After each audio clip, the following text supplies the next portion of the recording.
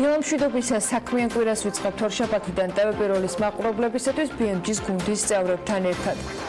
წინასწარი შეფასებით 2019 წლის მაისში წინა წლის იგივე თვესთან შედარებით რეალური მთლიანი შიდა პროდუქტის ზრდა 4.7% იყო.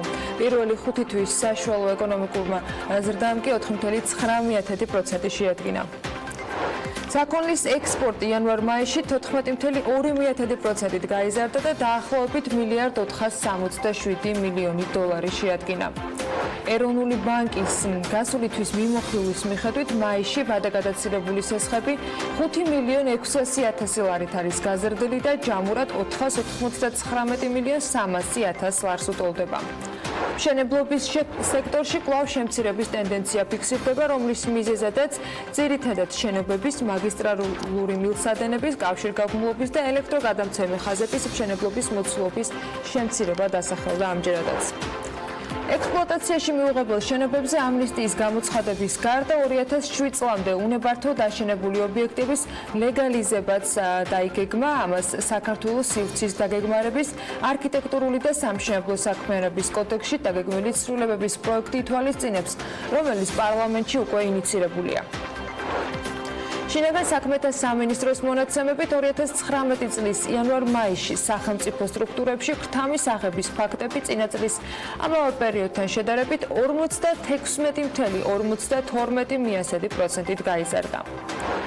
მაისში წინა წლის ამავე თვესთან შედარებით ტურისტული ვიზიტების რაოდენობა დაახლოებით 18%-ით არის გაზრდილი. ანაკლიესა და განმოხურში ტურისტული სეზონისათვის მზადება მიმდინარეობს, სარეაბილიტაციო სამუშაოებისათვის კი 6 მილიონ ლარამდეა გამოყოფილი. მთავრობა საბანკო სექტორთან ერთად მხარდაჭერის პლატფორმის შემუშავებას აანონსებს.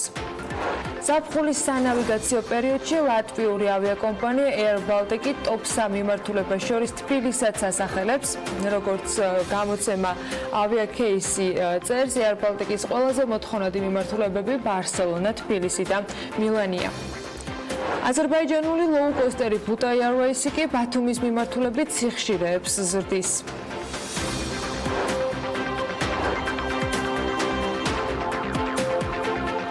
დილამშვიდობისა, ივლისის პირველ საქმიან დილას ვიწყებთ საინტერესო სიახლეებით, საინტერესო, მაგრამ ყველა ადეკვატური და სასიამოვნო ამბავი ნამდვილად არ გამოგვივა უთენია. მიზეზების ძებრაც ძალიან ბევრი შეიძლება, მაგრამ ალბათ დრო არის, რომ შედეგებზე მსჯელობა ავირჩიოთ. თორემ დაემსგავსება ეს დილის საუბარი ისეთ ნარატივს სახელმწიფო კანცელარიაში, რომ ვისმენდით მაგალითად პარასკევს და იმავე დღიდან მოყოლებული განცხადებებს ვკითხულობდით ასოციაციის სახელით 8 წლოვანი კულტურისა და ისტორიის ღვინის მწარმოებელთა ნაწილის ხელმოწერაც რომ ამშვენებდა. მოდით დავიწყოთ თავიდან, არა მთლად 20 ივნისის დილის ქრონოლოგიას არ მიუბრუნდებით, ამ ქრონოლოგიაში მხოლოდ ქრონოლოგიის გამნახვალებზე უნდა გითხრათ ცოტა. ასეთი კი პარასკევს მაგალითად იყო ფინანსთა მინისტრი. ვანა მაჭავარიანმა თქვა, რომ ვიღაცა სავარძელში ჩაჯდება თუ ხეზიავა, ამის გამო გადავწყვეტ ეს ქვეყანა, მე რამდენად მეორდება, ეს ხომ გავლილი გვაქვს და 1990-იან წლებში მოხდა. მინისტრთა კაბინეტის წევრმა თქვა, რომ მსგავს ქმედებებს ქვეყანა უდიდეს რისკებამდე მიხავს. მე რამდენად ნაწილზე სხვათა შორის პრემიერმაც ახსენა იგივე და რაღაცა თვლა უნდა არეოდათ 9 აპრილის რანგში უახლესი დამოუკიდებლობის ისტორიიდან კიდევ ერთი მოვლენის გაყვანა. ამდენი დღეა ვფიქრობ, რა შეიძლება იგულისხმოთ და ვერაფრით ვერ მივხვდი. ვერსიები კი გაჩნდა, მაგრამ რთული წარმოსადგენია გამიზდულად და გაცნობიერებულად ქვეყნის პრემიერად მყოფს, რომელიმე ის თარიღი ახსენებინა ვერსიებს შორის დასახელებული რომ იყო მაგალითად სოციალურ ქსელებში. რაც შეეხება ხეს, სკამს და რისკებს, ფინანსთა მინისტრს მგონი განცხადებების თარიღები აქაც აერია. ამ შინაარსის კომენტარი მართულმა გუნდმა ისე მალე შეცვალა გავრილოვი საქართველოს პარლამენტიდან ჯერ გასულიც კი არ იყო. რისკებს რაც შეეხება, ამაში უნდა დავეთანხმოთ, ოღონდ არა იმ კონტექსტში თავად რომ იგულისხმა. რისკები ნამდვილად უნდა შემცირდეს და ეს რისკები სახელმწიფო მოქმედმა ხელისუფლებამ უნდა შეამციროს. პასუხისმგებლობაც თქვენია და ვალდებულებაც შესაბამისი. ხელფასსაც ამაში იღებთ და თავის დროზე ამომრჩეველთა ხმებიც ამიტომ მიიღეთ. ალბათ ამიტომ ყოველ შემთხვევაში. ასე ტრიბუნასთან იდგა პარასკევს საქართველოს ფინანსთა მინისტრი და მოუწოდებდა ყველა ყველას, რომ არ შეიძლება ეს ქვეყანა ასეთ რისკებამდე მივიყვანოთ, მაგრამ ვის ყველას, როცა თავად იყო ამ ფრაზის ყველა ადრესთან რამდენიმე წუთით ადრე კანცელარის მე-12 სართულზე გამართული სხდომიდან ახლად გამოსული. მისი თქმით, ასეთი პროცესები ნეგატიურად მოქმედებს ქვეყნის ეკონომიკურ მდგომარეობაზე. იმ ქვეყნის, იმ ეკონომიკაზე საუბრობდა ივანე მაჭავარიანი, რომლის მთავრობასაც ჯერც არც პროცესებიდან გამოსვლის გზა უპოვია, არც გეგმა შემოუთავაზებია და სიმბოლურად იმ დღესაც ვთქვი, ერთი ფოტოც არ გვინახავს, როდესაც ისხდნენ და ამაზე მშელობდნენ. ყველაზე უცნაური კიცით რა არის, იმის ნაცვლად რომ პასუხები მოგვისმინა, ან გეგმები, ან რჩევები, ან რაიმე შინაარსიანი, გავიგეთ, რომ უკვე ისე უნდა გავზრდელიყავით, რომ გავრილოვის ჯდომა იქ სადაც იჯდა, არც კი უნდა შეემჩნია ვინმეს. საქართველო აუცილებლად გაიზრდება და გაძლიერდება, მაგრამ არასოდეს გაიზრდება ისე, რომ ოკუპანტი ქვეყნის წარმომადგენლის უმაღლესი საკანონმდებლო ორგანოს გამზე ჯდომას მშვიდად შეხვდეს. ადამიანის უფლებების, გამოხატვის თავისუფლების და თანაბრობის დაცვაზე თქვას უარი. არ შეიმჩნევს, როცა საქმე თუნდაც ისეთ დეტალებთან გვაქვს, როცა რომელიმე კომპანიის საინფორმაციო ბროშურის დიზაინი ქვეყნის ერთიანობას ეჭქვეშ აყენებს. სიცილით კი ვიცინებთ, როცა რუსული მედია წყაროები დაწერენ, რომ ბათუმიდან მოსკოვში ჩაფრენილი ავიარეისის ყველა მგზავრ სიცხე გაუზომეს, მაგრამ ამას ასევე ძალიან სერიოზულადაც უნდა შევხედოთ. ეს უნდა იცოდეს ყველამ და მათ შორის მათაც რამდენიმე დღის წინ ასოციაცია ქართული ღვინის სახელით ღვინის ეროვნული სააგენტოსათვის წერილის გაგზავნა რომ გადაწყვიტეს. წერილში კი არ არის პრობლემა, წერილები ამ ბოლო დროს განსაკუთრებით გვახალისებს ხოლმე. შინაარსებზე ვიქცევთ ძირითადად ყურადღებას და ამჯერზე ემოციები სრულიად სხვანაირი იყო. ასოციაცია ღვინის ეროვნული სააგენტოს გონივრული პოლიტიკისაგან მოუწოდებდა ამ წერილში და აღნიშნავს, რომ ქართული ღვინის მთავარი საექსპორტო ბაზარი რუსეთის ფედერაცია. აი, ამავე წინადადებაში უკვე ყველაფერნაირი შეცდომა დაშვებული. ის რომ ღვინის წარმოებას და ექსპორტს საკუთარი უმნიშვნელოვანესი წვლილი შეაქვს ქვეყნის ეკონომიკის განვითარებაში, არავისთვის არ არის სიახლე. ბოლო წლებში მევენახეობა მეღვინეობას დარგის მიმართულებით სახელმწიფო პოლიტიკამ ის შედეგი მოგცა, რომ გაშენდა ახალი ვენახები, ფუნქციონირებს ასობით ღვინის საწარმო, მათ შორის ბევრი ახალი. ჩვენ ღვინო გვაქვს ისეთ ბაზრებზე, სადაც რამდენიმე წლის წინ არათუ ექსპორტის შესაძლებლობა იყო წარმოუდგენელი, არამედ საერთოდ არ იცნობდნენ ქართულ ღვინოს. ქართულ მეღვინეობა მევენახეობის დარგში სხვადასხვა რგოლით 10,000 ადამიანია ჩართული. ტრადიციული დარგი აქტიურად ვითარდება, ქართული ღვინო კი სულ უფრო მეტად ცნობადი და მოთხოვნადი ხდება. მიუხედავად იმისა, რომ საექსპორტო ბაზრების დივერსიფიკაციის მიმართულებით სახელმწიფოს მიერ აქტიურად მიმდინარეობს მუშაობა, რუსეთი კვლავ რჩება ქართული ღვინის ყველაზე მსხვილ საექსპორტო ბაზრად, ნათქვამი არის განცხადებაში. და მთავარი ორგანიზაციაში მიიჩნევთ, რომ ქვეყანაში არსებული გარკვეული პოლიტიკური ძალების ინტერესს არ უნდა შეეციროს ქვეყნის ეკონომიკა. აი აქ უფრო მეტი კონკრეტიკა იქნებოდა ალბათ საჭირო იმისათვის, რომ უფრო ცხადად დაგვენახა მიზნები ამ განცხადებისა. მიზანშეწონილად მიგვაჩნია გაგიზიაროთ საკუთარი მოსაზრება და ღიად დავაფიქსიროთ, რომ მნიშვნელოვანია სახელმწიფომ აწარმოოს გონივრული პოლიტიკა, შეძლოს თავიდან აიცლოს ეკონომიკური სანქციები რუსეთის ფედერაციის მხრიდან, რაც ქვეყანას მნიშვნელოვან ეკონომიკურ ზარალს აარიდებს. ქვეყანაში არსებული გარკვეული პოლიტიკური ძალების ინტერესს არ უნდა შეეწიროს ქვეყნის ეკონომიკა, ესეც იმ განცხადებაშია ნათქვამი, რომელსაც ქართული ღვინის ასოციაცია ქართული ღვინის წერილის მიხედვით სააგენტოსთან არის გადაგზავნილი. ანუ რა ქენითო რას გვეუბნებიან? რუსეთთან გონივრული პოლიტიკა აწარმოეთო. კარგით, ასე იყოს, მაგრამ რომელ გონივრულ პოლიტიკაზეა საუბარი? მეორე მხარეს, როცა რუსეთია, ესეც რომ დაეწერათ, კარგი იქნებოდა. აი, მაგალითად, რა უნდა იყოს ამ პოლიტიკის წარმოების შემდეგი ეტაპი? აბაშიძე კარასინის ფორმატში დითი რამბები თუ რამე კიდევ უფრო შორს წასული გეგმით შეგვიძლია რუსული კეთილგონიერების იმედად ყოფნა. აი, ეს შინაარსი კი ვერასოდეს იქნება ზრდისკენ გზის მანიშნებელი. ეს მხოლოდ უკან, ტყლაპოში გზაა და იქით რო აღარ ვაპირებთ, ალბათ მიხვდებოდა ბევრი. და ვინც ვერ მიხვდა, მსგავსი წერილები შეუძლია ბევრჯერ გადაიკითხოს. წინ ძალიან მნიშვნელოვანი გამოწვევებია და მათაც აუცილებლად გადაახავს ეს ქვეყანა ისეთი მეგობრები და პარტნიორებით, სიტყვაც რომ არ ეშლებათ და მათი სიტყვაც რომ საქმედ მალევე იქცა. მივესალმებით ზაფხულის პირველ სტუმრებს, ეს ბრიტანეთის ელჩის ჯასტინ მაკენზის მიტის საქართველოში ჩამოსული მეგობრების აეროპორტში დახვედრისას გაკეთებული ტვიტია. რუსეთის პრეზიდენტის ვლადიმერ პუტინის მიერ რუსული ტურისტული ემბარგოს დაწესების შემდეგ ელჩი საქართველოს მხარდაჭერას განცხადებებით არაერთხელ გამოეხმაურა, შეუერთდა კამპანიას, გაატარა შენი დასვენების დღეები საქართველოში და დიპლომატმა საქართველოს რამდენიმე პოსტიც მიუძღვნა ტვიტერზე. ეს ბოლო იყო, როდესაც მეგობრებს დახვდა აეროპორტში თავად. რუსეთის მხრიდან საქართველოსთვის ტურისტული ემბარგოს დაწესებას ქართული საზოგადოება გაერთიანებული ძალებით პასუხობს. შეიქმნა კამპანია #Spend Your Summer in Georgia, რომელიც ქართველებს მოუწოდებს, რომ საზღვარგარეთ დასვენების ნაცვლად საშვებულებო დღეები გაატარონ სამშობლოში. ამავე სახელწოდებით შეიქმნა Facebook ჯგუფიც, რომელსაც ერთ კვირაზე ნაკლებ დროში 200,000 ადამიანი შეუერთდა.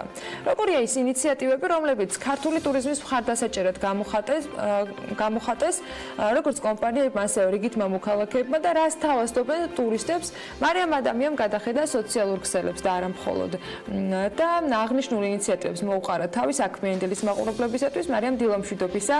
როგორი არის თითქმის ერთ კვირანახევრის შემდეგ კამპანია, რომელიც სრულად სპონტანურად დაიწყო. ანა, კამპანია Spend Your Summer in Georgia აქტიურად ეხმიანება საერთაშორისო ბაზარს და უცხოელებს პუტინის ყველაზე საძულელ ქვეყანაში ქართული სტუმართმეყვარეობის გასაზიარებლად იწვევს. კამპანიის ფარგლებში დაიწერა არაერთი სტატია საერთაშორისო მედია პლატფორმაზე, მეგობარი ქვეყნები კი ოფიციალურად მოუწოდებენ თავიანთ მოქალაქეებს ეწვიონ საქართველოს, ხოლო ადგილობრივად კამპანიაში ათასობით და 10,000-ობით ადამიანია ჩართული.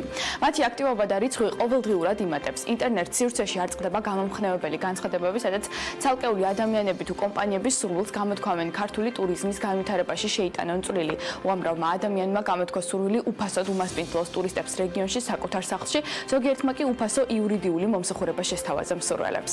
უფრო კონკრეტულად რომ ჩავშალოთ, მაშინ რომელი კომპანიები იჩენენ ძირითადად ინიციატივებს დაეხმარონ ტურიზმის პოპულარიზაციაში მსოფლიოს მასშტაბით და ადგილობრივებს განვითარებაში, ვინ არის განსაკუთრებით გამორჩეული შენთვის? ანა, კონკრეტულად მაგალითებზე თუ ვისაუბრებთ, პირველი დავიწყოთ ჩვენივე ინიციატივით, ანუ Forbes Georgia სურს საკუთარ ციფრულ პლატფორმაზე უფასო სარეკლამო სივრცის შეთავაზებით საქართველოს ტურიზმის სექტორის მოთამაშეებს გაუფართოვოს შესაძლებლობა, რაც შეიძლება მეტ ტურისტს მისწვდეს და მათი ამით რუსული დარტყმა ქართულ ეკონომიკაზე შეარბილოს, რაც შეეხება დანარჩენებს. ეწვიეს საქართველოს და ვახშამი ჩემზე იყოს. ასე ეპატიჟება კონკრეტული სააგენტო ლივინგსტოუნის დირექტორი ფოლკერ ვრაგე სტუმრებს საქართველოში და საკუთარ ბლოგზე წერს, რომ ეს ზაფხული იდეალურია საქართველოს სანახავად. დაიკავეთ რუსი ტურისტების ადგილი, რომელთაც წელს აქ ჩამოსვლა აუკრძალეს. გეპატიჟებით ყველა მეგობარს, უკლებილი ყველა მეგობარს, რომელიც ამ ზაფხულს თბილისში ჩამოვა და ლივინგსტონში მეწვევა, ვახშმით გავუმასპინძლდები გამონაკლისების გარეშე. არავით არის სწრაფი კვება, მხოლოდ ნამდვილი ქართული გპირდებით. წერს ლივინგსტონის დირექტორი. სააგენტო ელიოტმა კი ვიდეო სადღეგრძელოების ჩელენჯი დაიწყო. ალავერდი ქართული სუფრისა და სადღეგრძელოების განუყოფელი სახალისო ნაწილია, რომელიც გავს ჩელენჯს, რომ გააგრძელო განავრცო წინამთქმელის იდეა და ამ ტრადიციის დაცვით Facebook მომხმარებლებმა უნდა ჩაწერონ ვიდეო სადღეგრძელო საქართველოზე დაპატიჟონ და უმასპინძლონ უცხოელ მეგობრებს და ალავერდით გამოწვევა გაუგზავნონ სხვებს. ხოლო სააგენტო Betterfly DDB გამოდის ინიციატივით საქართველოსში სამუშაოდ მოვიზიდოთ უცხოელები, რომლებიც მოგზაურობენ და დისტანციურად მუშაობენ. ამისათვის სააგენტოებს ოფისში არსებული თავისუფალი სივრცეების ასეთი ადამიანებისათვის უფასოდ დათმობას ურჩევს. კამპანია კი გავრცელდა #WorkFromGeorgia. ქართული ტურიზმის მხარდასაჭერად ინიციატივით გამოდიან უნივერსიტეტებიც.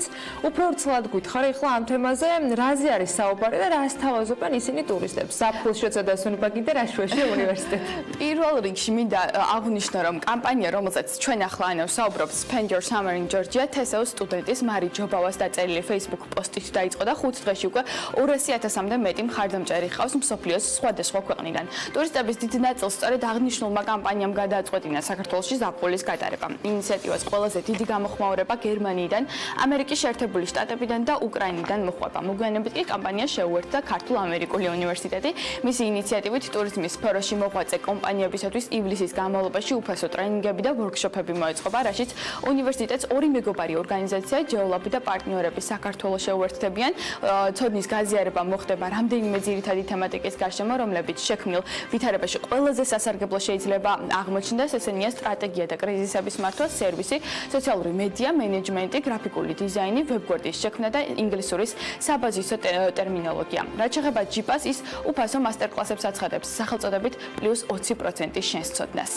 და კომენტ აღნიშნოთ, რომ ამ ინიციატივების რაოდენობა მუდმივად მზარდია და მათ შორის არიან როგორც ისეთ რიგითი მოქალაქეები, ასევე კომპანიები, რომლებიც ტრენინგებს, გადამზადების კურსებსა თუ უბრალოდ საქართველოში დასვენებისათვის ხელს უწყობენ ქვეყანას დანაკარგების შემცირებაში, რომელიც რუსული ტურისტული ემბარგოს შემდეგ ქვეყანაში ქვეყანას ემუქრება. გეთახმებიან და სწორედ მათ რიცხვში არის და ამ კომპანიების რიცხვში არის მადარქი არის ფრენჩაიზ კომპანია, რომელიც ყველა თანამშრომელი მომდევნო კვირას დასასვენებლად რამდენიმე დღით მარტვილში გაემგზავრება. ანალოგიური სტრატეგია არჩია ნიკო რამაც და ქვეყნის მასშტაბით გასვლით ტურებს გეგმავს. ზაფხულის განმავლობაში კომპანიაში დასაქმებულია 1000-მდე ადამიანი მოინახულებს მარტვილს, ვარძიას, ოკაცეს, კანიონს, წინანდალს, ილიას ტბას და ასე შემდეგ. ტურის ფარგლებში ისინი ადგილობრივი საოჯახო რესტორნებისა და კვების ობიექტების მომსახურებით ისარგებლებენ. გარდა ამისა, ინიციატივას გამოხატავენ გიდებიც, რომლებიც მზად არიან გადაამზადონ ყველა ადამიანი, ვისაც სტუმრად უცხოელი ტურისტი ეყოლება. ციფრული ინდუსტრიის აკადემია კი ერთი თვის განმავლობაში უფასო კონსულტაციებს გაუწევს ტურიზმის სფეროს ბიზნესის მფლობელებს. ხოლო პალიტრა მედია სარეკლამო სივრცეს უსასყიდლოდ დაუთმობს საქართველოს სხვადასხვა კუთხეში მდებარე სასტუმროებსა თუ საოჯახო სასტუმროებს. უფასო ტრენინგებს ატარებს ალექსანდრე ჯეჯელავაც, რომელიც მასპინძლებს შეცვლილ გარემოში სწრაფად ორიენტაციაში დაეხმარებათ. პარალელურად ორგანიზაციამ შექმნა ონლაინ პლატფორმა Share Georgia, სადაც თავი მოუყარა საქართველოს შესახებ დაწერილ სტატიებს, რომლებიც ცნობილ საერთაშორისო გამოცემაში დაიბეჭდება. ინიციატივით გამოდის ენების ლაბორატორია Language Lab და ინგლისურს უფასოდ შეასწავლის მათ, ვისაც აქვს საოჯახო სასტუმრო, აქირავებს ბინას ან აწარმოებს ქართულ პროდუქტს. ცხადია, ეს არ არის სრული ჩამონათვალი და ინიციატივების რაოდენობა ყოველდღიურად იზრდება, ხოლო ამ კომპანიებისა თუ ადამიანების მიზანი ერთი და უცვლელია: გავაგებინოთ მსოფლიოს, რომ კავკასიაში არსებობს პატარა ქვეყანა უძველესი ისტორიითა და დიდი ტურისტული პოტენციალით. აღმოსავლეთ ევროპაში. მადლობა მარიამ იმისათვის, რომ მას საინტერესო ამბებს მოუყარე თავი. ვინც საქართველოში მოგზაურობა უკვე გადაწყვიტა, ან ამ ზაფხულის გეგმა უკვე შედგენილი ჰქონდა, ან სულაც უქმეებზე აპირებს, რომ რამდენიმე დღით მეგობრებთან ერთად კარგად გაატაროს დასვენების დღეები. ალბათ საწვავის ფასი განსაკუთრებით აინტერესებთ და მოდი უკეთესად დავგეგმოთ კვირა, არა მხოლოდ უქმეებისათვის, არამედ მიმდინარე სამუშაო დღეებზეც, რა ხარჯის გაღება მოგიწევთ თქვენი ავტომობილისათვის და რა ღირს ბენზინი საქართველოში. ლევან თაღიაშვილმა იზრუნა საქმიანი დილის მაყურებლებისათვის და იზღუდვის საერთაშორისო და ადგილობრივ ტენდენციებს დიდი ოცეულის სამიტის შემდეგ ლევან დილამშვიდობისა. დილამშვიდობის ანა მივესალმებით ჩვენს მაყურებელს. ნავთობის ფასი ბოლო ერთი კვირის განმავლობაში დიდად არ შეცვლილა და მხოლოდ $1 გაიზარდა ნიუ-იორკის ბირჟაზე. დიდ ცვლილებებს როგორც წესი ამ კვირაში უნდა ველოდოთ, რადგან დიდი ოცეულის სამიტმა და რუსეთისა და საუდის არაბეთის შეხვედრამ აშკარად შეცვალა პოლიტიკური ამინდი. თუმცა ამაზე უფრო კონკრეტულად ქვემოთ მოგიყვებით, როგორც ეკრანზე ხედავთ, ნიუ-იორკში ერთი ბარელი ნავთობის ფასი $48 და 47 ცენტია. ლონდონშიც გადავხედოთ ნავთობის ღირებულებას, სადაც ერთი კვირის განმავლობაში ფასი გაიზარდა, თუმცა ბოლო დღეებში იდენტურ ნიშნულს დაუბრუნდა და მისი ფასი ამჟამად $64 და 74 ცენტია. რაც შეეხება საერთაშორისო ურთიერთობებს და გლობალურ პოლიტიკურ ამინდს. როგორც იცით, გასულ კვირას დიდი ოცეულის სამიტი დაიწყო, სადაც ყველაზე დიდი მოლოდინების ცხადია ამერიკა-ჩინეთის საოჭრო ომს ეხებოდა. როგორც დონალდ ტრამპმა განაცხადა, ის მზადაა განაახლოს მოლაპარაკებები ჩინეთთან, რომელიც ბოლო მონაცემებით ჩიხში იყო შესული. ამერიკის პრეზიდენტი აცხადებს, რომ ჯერჯერობით თავს შეიკავოს მომდევნო ტარიფების გაზრდისგან, თუმცა ცხადია გაუგებარია ბოლომდე დაიხია თუ არა ტრამპმა და მიაღწევენ თუ არა საბოლოო შეთანხმებას ჩინეთისა და ამერიკის ლიდერები. გარდა ამისა, რუსეთი და საუდის არაბეთი შეთანხმდა, რომ ოპეკთან ერთად გააგრძელებენ ნავთობის შემცირებული რაოდენობით მოპოვების შეთანხმებას. ეს არის წინამოსამზადებელი გადაწყვეტილება ოპეკის გაფართოებულ შეხვედრამდე, სადაც ოფიციალურად გადაწყდება ეს ამბავი. სწორედ დღეს და ხვალ უნდა შეხვდნენ სახელმწიფოს წარმომადგენლები არსებულ საკითხთან დაკავშირებით სამშველოდ. საინტერესოა, რა გავლენა იქონია ამ ყველაფერმა საქართველოში ბენზინის ფასებზე. მიუხედავად იმისა, რომ ბოლო ერთ კვირაში ლარი კიდევ ერთხელ გაუფასურდა, როგორც ჩანს, ნავთობკომპანიები მოერიდნენ ბენზინის კვლავ გაძვირებას და ორი კვირა უკვე ერთი და იგივე ფასები გვაქვს ხუთივე ნავთობკომპანიაში. როგორც ეკრანზე ხედავთ, ყველაზე იაფად პრემიუმის ტიპის საწვავი ლუკოილსა და გალფში იყიდება და მისი ფასი 2 ლარი და 51 თეთრია. რაც შეეხება რეგულარს, მისი ღირებულება ლუკოილშია ყველაზე მცირე და ის 2 ლარსა და 51 თეთრს შეადგენს. ნახოთ წესით ნავთობის ფასი მოიმატებს საერთაშორისო ბაზარზე და აისახება თუ არა ეს ყველაფერი საქართველოში არსებულ მდგომარეობაზე, ამას მომავალ კვირას გაგაცნობთ. მადლობა ლევან, მარგემშვიდობები, დღეს კიდევ რამდენჯერმე შემოგვიერთდება ლევან თაღიაშვილი და საინტერესო მიმოხილვებს აუცილებლად გავაახლებთ. ახლა უკვე ბიზნესი ახლეების დროა საქმიანი დილის ეთერში. ეკონომიკის მინისტრის განცხადებით მთავრობამ უკვე დაამტკიცა ანტიდემპინგური კანონი, რომელიც 2020 წლის 1 იანვრიდან ამოქმედდება. ეროვნული ბანკის პრეზიდენტის 25 ივნისის ბრძანებით კომერციულ ბანკებს ინფორმაციის გამჟღავნების ვალდებულება გადაუვადათ. გუდიაშვილის მოედნის 50 მილიონიანი პროექტი კი წლის ბოლოს უნდა დასრულდეს. მოედანზე შენობების სარეაბილიტაციო სამუშაოები თბილისის განვითარების ფონდმა 2018 წლის გაზაფხულზე პროექტ ახალი თბილისის მსხვილი არეალების რეაბილიტაციის პროგრამის ფარგლებში დაიწყო. წინასწარი შეფასებით 2019 წლის მაისში წინა წლის შესაბამის პერიოდთან შედარებით რეალური მთლიანი შიდა პროდუქტის ზრდა 4.7% შეადგინა, ხოლო 2019 წლის პირველი 5 თვის საშუალო რეალური ზრდა 4.9%-ით განისაზღვრა. საქსტატის ინფორმაციით, მაისში წინა წლის შესაბამის პერიოდთან შედარებით ზრდა იყო უძრავი ქონებით ოპერაციების და მომხმარებლებისათვის სხვა მომსახურების გაწევის დარგში, ვაჭრობაში, სასტუმროებსა და რესტორნებში, ხოლო დამამუშავებელ მრეწველობასა და მშენებლობაში კლება დაფიქსირდა.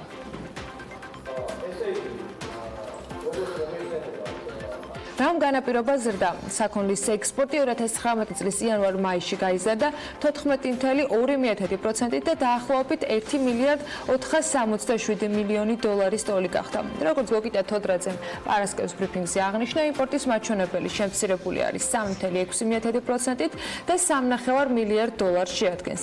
რაც შეეხება ზრდის და კლების მიზეზებს სექტორების მიხედვით, თოდრაძემ თქვა, რომ უძრავი ქონებით ოპერაციებით და მომხმარებლებისათვის სხვადასხვა სახის მომსახურების გაწევის სექტორში ზრდა განაპირობა ისეთი სახის მომსახურებით დაკავებული საწარმოების ბრუნვის მოცულობის მატებამ, როგორიც არის ბუღალტრული აღრიცხვა და აუდიტი, რეკლამა, კომპიუტერებთან დაკავშირებული საქმიანობა, საინჟინრო მომსახურება, მთარგმნელობითი საქმიანობა და ასე შემდეგ. ისივე თქმით, 2019 წლის მაისში დაახლოებით 75%-ით გაიზარდა მსუბუქი ავტომობილებით რეექსპორტი და მისი მოცულობა თითქმის 60 მილიონ დოლარს გაუტოლდა.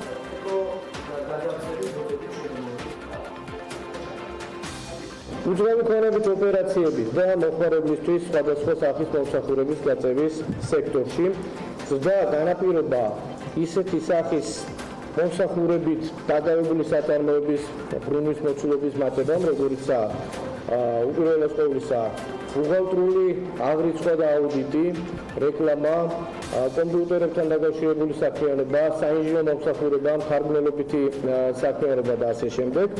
ელექტროენერგიის, აირისა და წყლის წარმოებისა და განაწილების სექტორში ზრდის გამოწვევ მიზეზად გვევლინება ჰიდროელექტროსადგურების მიერ წარმოების მოცულობის გაზრდა დაახლოებით 6.6%-ით გაიზარდა ელექტროენერგიის წარმოება. მაისში აღსანიშნავია, რომ წინა წლის შესაბამის პერიოდთან შედარებით დაახლოებით 75%-ით გაიზარდა მსუბუქი ავტომობილების რეექსპორტი და მისი მოცულობა თითქმის 60 მილიონ დოლარს გაუტოლდა.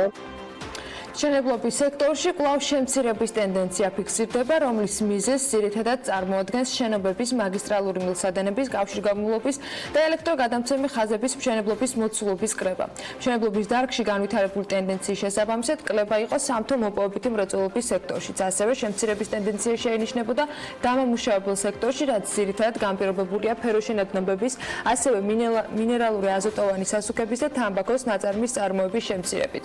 რაც შეეხება კომუნალური, სოციალური და პერსონალური მომსახურების გაწევის დარგში განვითარებულ მოვლენებს, შემცირების თვალსაზრისით ეს ძირითადად განპირობებული და დაკავშირებული არის აზარტულ და ფულზე თამაშებთან დაკავშირებული კომპანიების გამოშვების მოცულობის კლებით. მშენებლობის სექტორში კვლავ შემცირების ტენდენცია ფიქსირდება, რომლის მიზეზს წარმოადგენს ძირითადად შენობების, მაგისტრალური მილსადენების, კავშირგაბმულობის და ელექტროგადამცემი ხაზების მშენებლობის მოცულობის შემცირება. დაახლოებით 26%-ით შემცირდა სხვადასხვა სახის სამშენებლო მასალების იმპორტი, მაგალითად 16%-ით შემცირდა ცემენტის იმპორტი. დამამუშავებელი მრეწველობის სექტორში შეინიშნება ასევე შემცირების ტენდენცია, რაც ძირითადად განპირობებულია ფეროშენადნობების, ასევე მინერალური სასუქების, აზოტოვანი სასუქების და თამბაქოს ნაწარმის წარმოების მოცულობის შემცირებით. 2019 წლის მაისში უნდა ვისაუბროთ, რეალობა ივლისში, რომ განახლებული მოცემულობები დაკორექტირდება, ეს არ უნდა დაგვაუწყოს, თუმცა მაისში წინა წლის შესაბამის პერიოდთან შედარებით ტურისტული ვიზიტების რაოდენობა დაახლოებით 18%-ით გაიზარდა. სტატისტიკის ეროვნული სამსახურის ინფორმაციით ეს მაჩვენებელი დადებითად მოქმედებს ვაჭრობის სექტორზე. სასტუმროებისა და რესტორნების სფეროში ზრდა განაპირობა ტურისტების რაოდენობის და აღსანიშნავია, რომ ტურისტული ვიზიტების რაოდენობა დაახლოებით 18%-ით არის გაზრდილი და გასათვალისწინებელი ასევე ის ფაქტიც, რომ აღნიშნული მაჩვენებელი ასევე დადებითად მოქმედებს ვაჭრობის სექტორზე. ვიდრე საქსტატი პარასკევს არსებულ შედეგებს რიცხვებში ითვლიდა, სახელმწიფო კანცელარიაში მომავალზე საუბრობდნენ, როგორ ეს სხვა თემა, მაგრამ მედიის კითხვებზე პასუხისას, რა თქმა უნდა, უყურადღებოდ ლარის კურსი არ დარჩენილა. როდესაც საუბრობთ ისეთ მაჩვენებლებზე, როგორიც არის ლარის კურსი, ეკონომიკის ზრდა, ტურიზმის განვითარების პერსპექტივები და ასე შემდეგ, უნდა გავითვალისწინოთ მოლოდინების ფაქტორებს. ეს ეკონომიკისა და მდგრადი განვითარების მინისტრმა ნათია თურნავამ თქვა. ის აღნიშნავს, რომ ეკონომიკა არის ანარეკლი იმ პროცესებისა, რაც ხდება პოლიტიკაში. მინისტრმა ტურიზმის სექტორში მიმდინარე მოვლენების შეფასებისას ისიც თქვა, რომ ტურიზმი საქართველოში დიდი გამოწვევების წინაშე დადგა, რადგან ამ სექტორში ბევრი ოჯახია ჩართული. ნათია თურნავას განცხადებით, რუსეთის მხრიდან პირდაპირ ავიარეისების შეჩერებით გამოწვეული ზარალის სრულად ნეიტრალიზება შეუძლებელი იქნება. ამ ბოლო მოვლენების გათვალისწინებით არ ვართ დარწმუნებულები, რომ ივნისის და ივლისის მაჩვენებლები ეკონომიკის ზრდის იგივე იქნება. თუმცა აქამდე ზრდა ძალიან მაღალი, ანუ რაიმე მაკროეკონომიკური პარამეტრი არ გვიჩვენებდა, რომ ლარი, ესე ვთქვათ, გრძელვადიან პერსპექტივაში გაუფასებდება. მეორე ჯგუფი ფაქტორების ეს არის მოლოდინები. და ისტორიად მოლოდინებზე ძალიან დიდ ზემოქმედებას ახდენს მრავალი ფაქტორი, მათ შორის სტაბილურობა ან სტაბილურობის არარსებობა. აქედან გამომდინარე, თუნდაც ის, რომ ტურიზმს შეექმნა საკმაოდ დიდი საფრთხე და გამოწვევა და ტურიზმი არის ერთ-ერთი დიდი და მსხვილი წყარო ვალუტის შემოდინების ქვეყანაში, ამანაც თავის ასახვა ნეგატიური პოვა მოლოდინებზე. ჩვენ ვიმუშავებთ იმ მიმართულებით, რომ ეს განეიტრალდეს. აქედან გამომდინარე, არ ვფიქრობთ, რომ ლარს რაიმე ემუქრებოდეს გრძელვადიან პერსპექტივაში. გვაქვს მნიშვნელოვანი შეხვედრა საბანკო სექტორის წარმომადგენლებთან, რომ შევკრათ ისეთი პორტფელი, რათა შევძლოთ მინიმალიზება ამ გამოწვევის, ეს თქვა მამუკა ბახტაძემ BMG-ის კითხვის საპასუხოდ. ამ დროისათვის მსგავსი შეხვედრის დრო და ფორმატი ჯერ ცნობილი არ არის. პრემიერი კი აღნიშნავს, რომ მიმდინარე მთავრობის ხდომაზე, რომელიც პარასკევს შედგა, უნდა წარდგენილი ყოფილიყო კერძო სექტორის შეთავაზებები, რომელზეც მინისტრთა კაბინეტი იმსჯელებდა. ეს შეთავაზებები კი ნათია თურნავამ კერძო სექტორთან შეხვედრების შემდეგ შეაგროვა. პარალელურად ჩვენ გვაქვს უკვე და უახლოეს დღეებში კიდევ იქნება რამდენიმე მნიშვნელოვანი შეხვედრა საბანკო სექტორის წარმომადგენლებთან, რომ საბოლოო ჯამში ჩვენ შევკრათ ისეთი პორტფელი ჩვენი ინიციატივების და მხარდაჭერის, რომ შევძლოთ, მოვახდინოთ მინიმიზირება ამ ძალიან მნიშვნელოვანი გამოწვევის. მე კიდევ ერთხელ მსურს გავიმეორე, როდესაც საუბრობთ ჩვენ ტურისტულ სექტორზე, ეს არის ერთ-ერთი ყველაზე სწრაფად მზარდი სექტორი საქართველოში და რაც ჩემთვის განსაკუთრებით მნიშვნელოვანია, ის არის ინკლუზიური, მასში ძალიან ბევრი ადამიანი არის დასაქმებული. აქედან გამომდინარე, კიდევ უფრო ძაფრი ვარ მე შეფასებაში, რომ საოცრად უპასუხისმგებლო განცხადებები მოვისმინე მე უპასუხისმგებლო პოლიტიკოსებისგან. გულზე მჯერით ცემით ეკონომიკა არ შენდება. ეკონომიკა შენდება შენი მოქალაქეების და შენი კომპანიების ეკონომიკური ინტერესების დაცვით. ინვესტიციებს და ბიზნეს სტაბილური გარემო სჭირდება, ეს ვიცე-პრემიერმა მაია ცქიტიშვილმა მთავრობის ხდომის დასრულების შემდეგ თქვა და აღნიშნა, რომ ინფრასტრუქტურულ პროექტებთან დაკავშირებით ყველა უწყება უწყვეტ რეჟიმში მუშაობს. ინფრასტრუქტურული პროექტების განხორციელება პირდაპირ საინვესტიციო გარემოსთან არ არის დაკავშირებული, თავდამთელ არა, ამიტომ ჩვენ სამინისტრო იმ ინფრასტრუქტურულ პროექტებს ახორციელებს, რომელიც უნდა გაგვეხორციელებინა, დადგენილი ბიუჯეტის შესაბამისად და ჩვენ სამწუხაროდ ამ ბიუჯეტს ვერ გავცდებით, ხო, მაგრამ რაც შეეხება ინვესტიციებს და ბიზნესს სჭირდება სწორედ მშვიდობიანი გარემო, სტაბილური გარემო და ამ შემთხვევაში მე იმედი მაქვს, რომ თქვენს როგორც მედიის წარმომადგენლები შეუწყოთ ხელს ჩვენს ქვეყანას პირველ რიგში იმისთვის, რომ პროცესები დაუბრუნდეს საკონსტიტუციო ჩარჩოს. სანიაღვრე არხები, კოლექტორები და ნაპირსამაგრე კედლები იმ ქუჩებზე გაკეთდება, სადაც ძლიერი წვიმის დროს მიმდებარე ტერიტორიები იტბორება. ეს არის თამარაშვილის, ხაშურის და ივერიელის ქუჩები. ტენდერში მონაწილეობის სურვილებისათვის კი წინადადების მიღება 25 ივნისს დაიწყო და 28 ივნისს დასრულდა. სატენდერო დოკუმენტების მიხედვით, როგორც სამხრეთის კარიბჭე წერს, ეგრეთ წოდებული ლაშიხევის არხზე და მარდიჩაის ღელეზე წყლის შემკრები გაკეთდება. თამარაშვილის ქუჩაზე კი სანიაღვრე არხები მოეწყობა. ტურისტულ სეზონს ახალციხის ხელოვნური ტბა ისევ მოუწყობელი ინფრასტრუქტურით შეხვდა.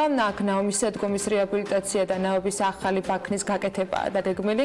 ხელშეკრულება მზადდება ტბის მკოებავი მილსადენის სათავე ნაგებობის მოწესრიგებისთვისაც.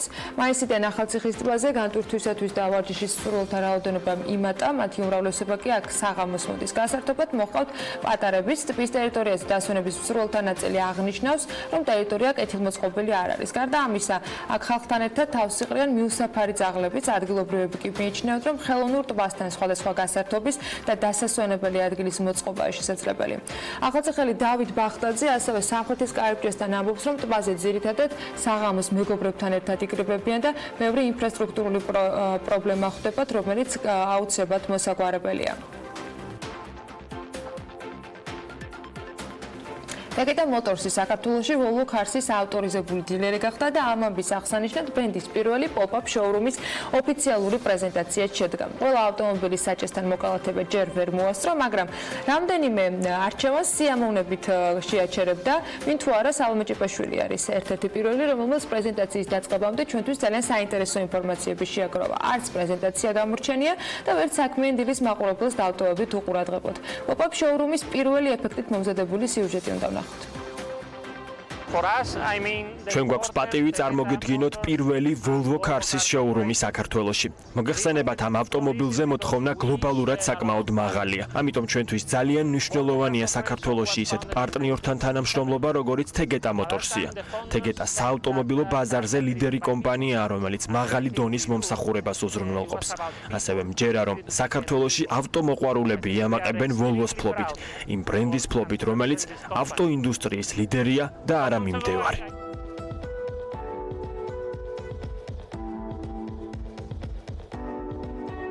პრემიუმ ავტომწარმოებელმა Volvo Cars-მა და Tageta Motors-მა ურთიერთთანამშრომლობის მემორანდუმი გააფორმეს. 26 ივნისს Volvo-s გაყიდვების მაჩვენებლის მეხუთე წარმატებული წლის აღსანიშნავად თბილისში პირველი შოურუმით საზეიმოდ გახსნეს.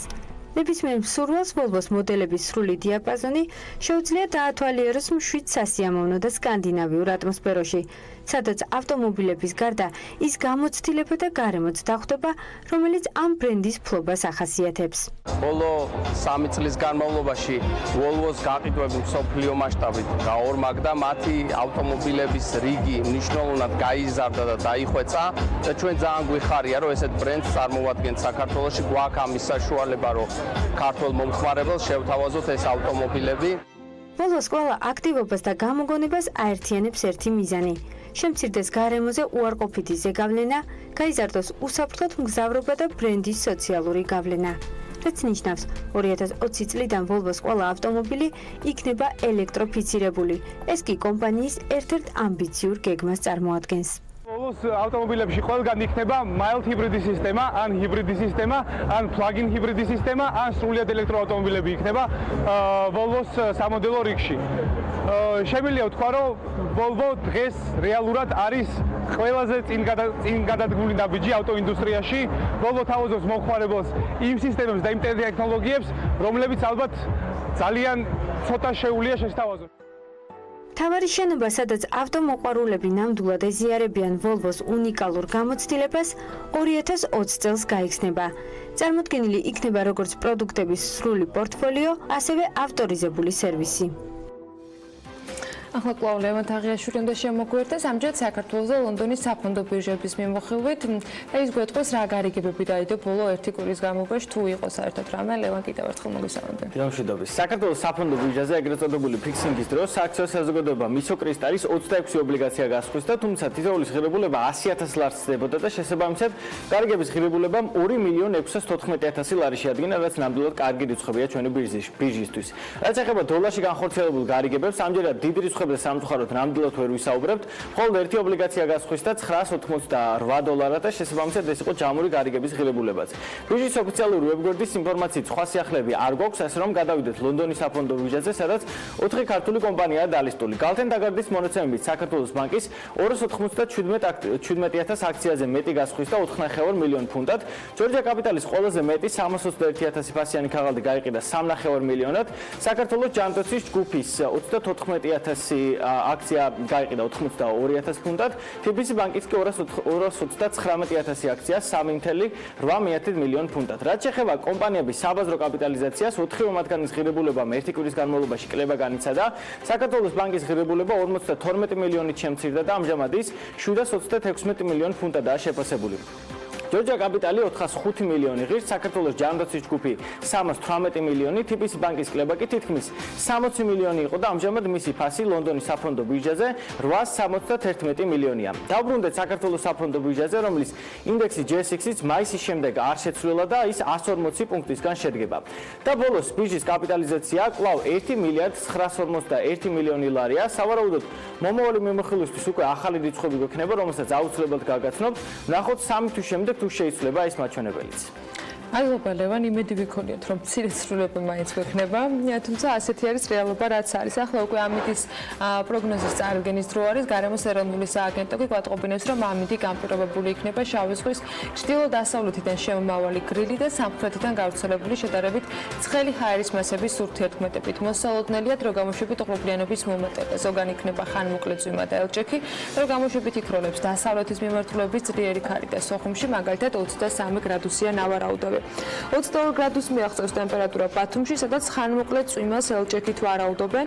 23 გრადუსი იქნება ქობულეთში და აქაც იწვიმებს. ქუთაისში 24 გრადუსამდე გათბება ჰაერი და დღის განმავლობაში უმეტესად უნალექოთ ჩაევლის დღე. ზუგდიდში 23 გრადუსი იქნება, ანაკლიაში 24 და ოზურგეთში 25 გრადუსი. ონში ხანმოკლე წვიმას ელოდებიან და მაქსიმუმ 18 გრადუს მიაღწევს ტემპერატურა. გორსა და ცხინვალში ასევე უმეტესად უნალექო დღე იქნება და 22 გრადუსი დაფიქსირდება, მარნეულში 27 გრადუსამდე გათბება ჰაერი და რუსთავში 26 გრადუსია ნავარაუდები. ახალციხეში დღის მეორე ნახევრიდან ხანმოკლე წვიმა იქნება ელჭექით, მაქსიმუმ 20 გრადუსი დაფიქსირდება, ბორჯომში 19 გრადუს მიაღწევს ტემპერატურა და ბაკურიანში 13 გრადუსია ნავარაუდები. ახალქალაქში დღის მეორე ნახევრიდან ხანმოკლე წვიმა ელჭექით მოსალოდნელი და 14 გრადუსი. სტეფანწმინდაში დღის მეორე ნახევრიდან ასევე იწვიმებს და აქაც 14 გრადუსი იქნება. თელავში 25 გრადუს მიაღწევს ტემპერატურა და საღამოსკენ აქაც წვიმა ელჭექით ნავარაუდები. თბილისს რაც შეეხება დრო გამოშვებით ღრუბლიანობა მოიმატებს, უმეტესად უნალექოთ ჩაევლის დღე, იქროლებს ჩრდილო-დასავლეთის მიმართულების ძლიერი ქარი და მაქსიმალური ტემპერატურა დღის განმავლობაში 26 გრადუსი იქნება. ასეთი არის ზაფხულის მეორე თვის პირველი დღე, ანუ 1 ივლისი, დღეს მთელი საქართველოს მასშტაბით. ასეთი ამინდის ფონზე დღე აუცილებლად საქმიანია ივლისშიც და რა თქმა უნდა მთელი კვირის განმავლობაში. პირველ სტუმარს უნდა უმასპინძლოთ ამოშვება დღეს, რეკლამის შემდეგ და რამდენიმე წუთში დაგებრუნდებით.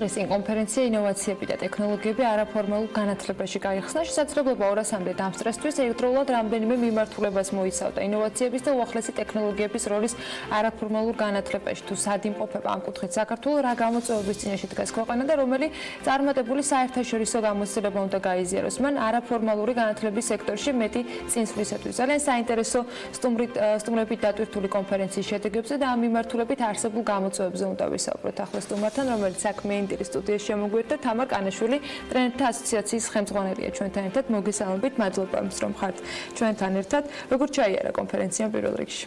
მოგესალმებით, მესალმები ძვირფას ტელემაყურებლებს. Ქონდა პატივი ტრენერთა ასოციაციის სახელით რომ გავუკეთებინა კონფერენცია, რომელიც აღმოსავლეთ ევროპაში შეგვიძლია ვთქვათ, რომ პირველად ჩატარდა ინოვაციები და ტექნოლოგიები არაფორმალურ განათლებაში. ყოდა ძალიან საინტერესო გამოსვლელები და მათთვის, ვისაც სურს რომ დანერგოს ინოვაციების სწავლებაში, ასე ვთქვათ, საინტერესო პლატფორმა იყო. და ეს არ იყო ერთჯერადი, ჩვენ ვაპირებთ რომ შემოდგომაზე უმასპინძლოთ Microsoft-ის წარმოადგენელს, რომელიც გაუზიარებს ხელსაწყოებს ტრენერებს, რომლებიც ასე ვთქვათ, საჭირო არის იმისათვის, რომ ქვეყანამ გადადგას წინ ნაბიჯები და ამ ხრივაც ასე ვთქვათ, იყოს საქართველოს გამორჩეული. ვინ არის აუდიტორია ამ შემთხვევაში? ეს არიან მენეჯერები, რომლებიც ამა თუ იმ სასწავლო დაწესებულებებს ხელმძღვანელობენ, ისინი არიან პედაგოგები, ისინი არიან განათლების სექტორის წარმომადგენლები. ვისთვის არის ეს ტრენინგები გათვლილი? ვისთან კომუნიკაციით ფიქრობთ, რომ შეიძლება თანამედროვე ტექნოლოგიების სწავლების მეთოდების გამოყენება კიდევ უფრო აქტიური გახდეს ქვეყანაში? ტრენერთა ასოციაცია გახლავთ 2 თვის და შემოსულია 300-ზე მეტი განაცხადი წევრობაზე. ინტერესი საკმაოდ მაღალია, იმიტომ რომ ტრენინგები და თავად ინფორმაციის გავრცელება, სწავლება ხდება სხვადასხვა ფორმით და შეგვიძლია ვთქვათ, რომ ორგანიზაციებში, სადაც სწავლება აქტუალურია და განსაკუთრებით იქ, სადაც ინოვაციების საჭიროება არის, ეს არის ჩვენი მიზნობრივი აუდიტორია. შესაძლოა კი ბატონო, სწორედ აღნიშნეთ, ყველგან არის საჭირო ნამდვილად ინოვაციები. და საინტერესო არის ის, რომ დაინტერესება საკმაოდ მაღალი იყო და ასე ვთქვათ, ეს გვაძლევს იმის მოტივს, რომ ჩვენ აუცილებლად გავაგრძელოთ ჩვენი საქმიანობა და კიდევ უფრო გავზარდოთ ჩვენი მასშტაბები. რამდენიმე მიმართულება დავასახელე და მოიცავს ნამდვილად ანუ ამ ყველა სფეროში ძალიან ბევრ მიმართულებას ინოვაციები და სიახლეები, მაგრამ საინტერესო არის აქვე აღნიშნული იყო, რომ საუკეთესო გამოცდილების და პრაქტიკის მქონე ქვეყნების მაგალითები. რომელი არის ის მაგალითები, რომელზე დაფუძნებითაც თქვენს გამოცდილებას და ინფორმაციას გადასცემთ და როგორი არის მოდულები, რომელზეც ვთქვათ აუდიტორიისათვის გაზიარება ხდება პირველ ეტაპზე, უკვე ჩატარებული ამ სემინარის ფარგლებში და მომავალში დაგეგმილების შემთხვევაშიც. ჩვენ გვინდოდა რომ გაგვეზიარებინა როგორც დასავლეთის პრაქტიკა, ასევე ამერიკის.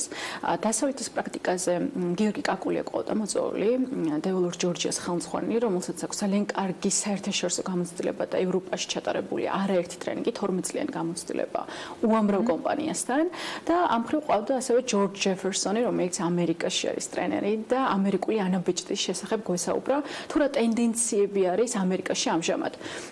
როგორც ტრენინგების სამშობლო სახელდება ამერიკა და ჩვენ გვინდოდა რომ ასპარეზი დაგვეთმო ყველა იმ თანამედროვე ტექნიკისთვის, რომელიც საინტერესო იქნებოდა, ასე ვთქვათ, საქართველოსთვის. შესაბამისად, ჩვენ მქონდა სხვადასხვა ქვეყნების, როგორც მქონდა მაგალითად ნორვეგიული პროგრამის პრეზენტაცია, რომელსაც 50 მილიონზე მეტი მომხმარებელი ყავს და საკმაოდ მზარდი არის. ასევე გარკვეული თამაშის აპლიკაციები, რომელიც ასე ვთქვათ, დაეხმარებოდა სასწავლო პროცესს გახდეს კიდევ უფრო ხალისიანი, ინტერაქციული და ქართული პროდუქტის პრეზენტაცია, რომელიც ევროპაშიც კი არ არის და სწორედაც ასე ქართული პროდუქცია, აი რას გულისხმობს, რომ რა ქართულ პროდუქცია არის საუბარი, რა მაგალითებზე არის საუბარი და რა სიახლეებზე არის საუბარი, იმისათვის რომ ის ვინც არ ყოფილა ჯერ ტრენინგზე, ან მომავალში სურს რომ ამ ფორმით გაიღრმოს განათლება, უბრალოდ ქონდეს ინფორმაცია, რაზე ვსაუბრობთ, ეხლა ანუ რა ინსტრუმენტებზე არის საუბარი.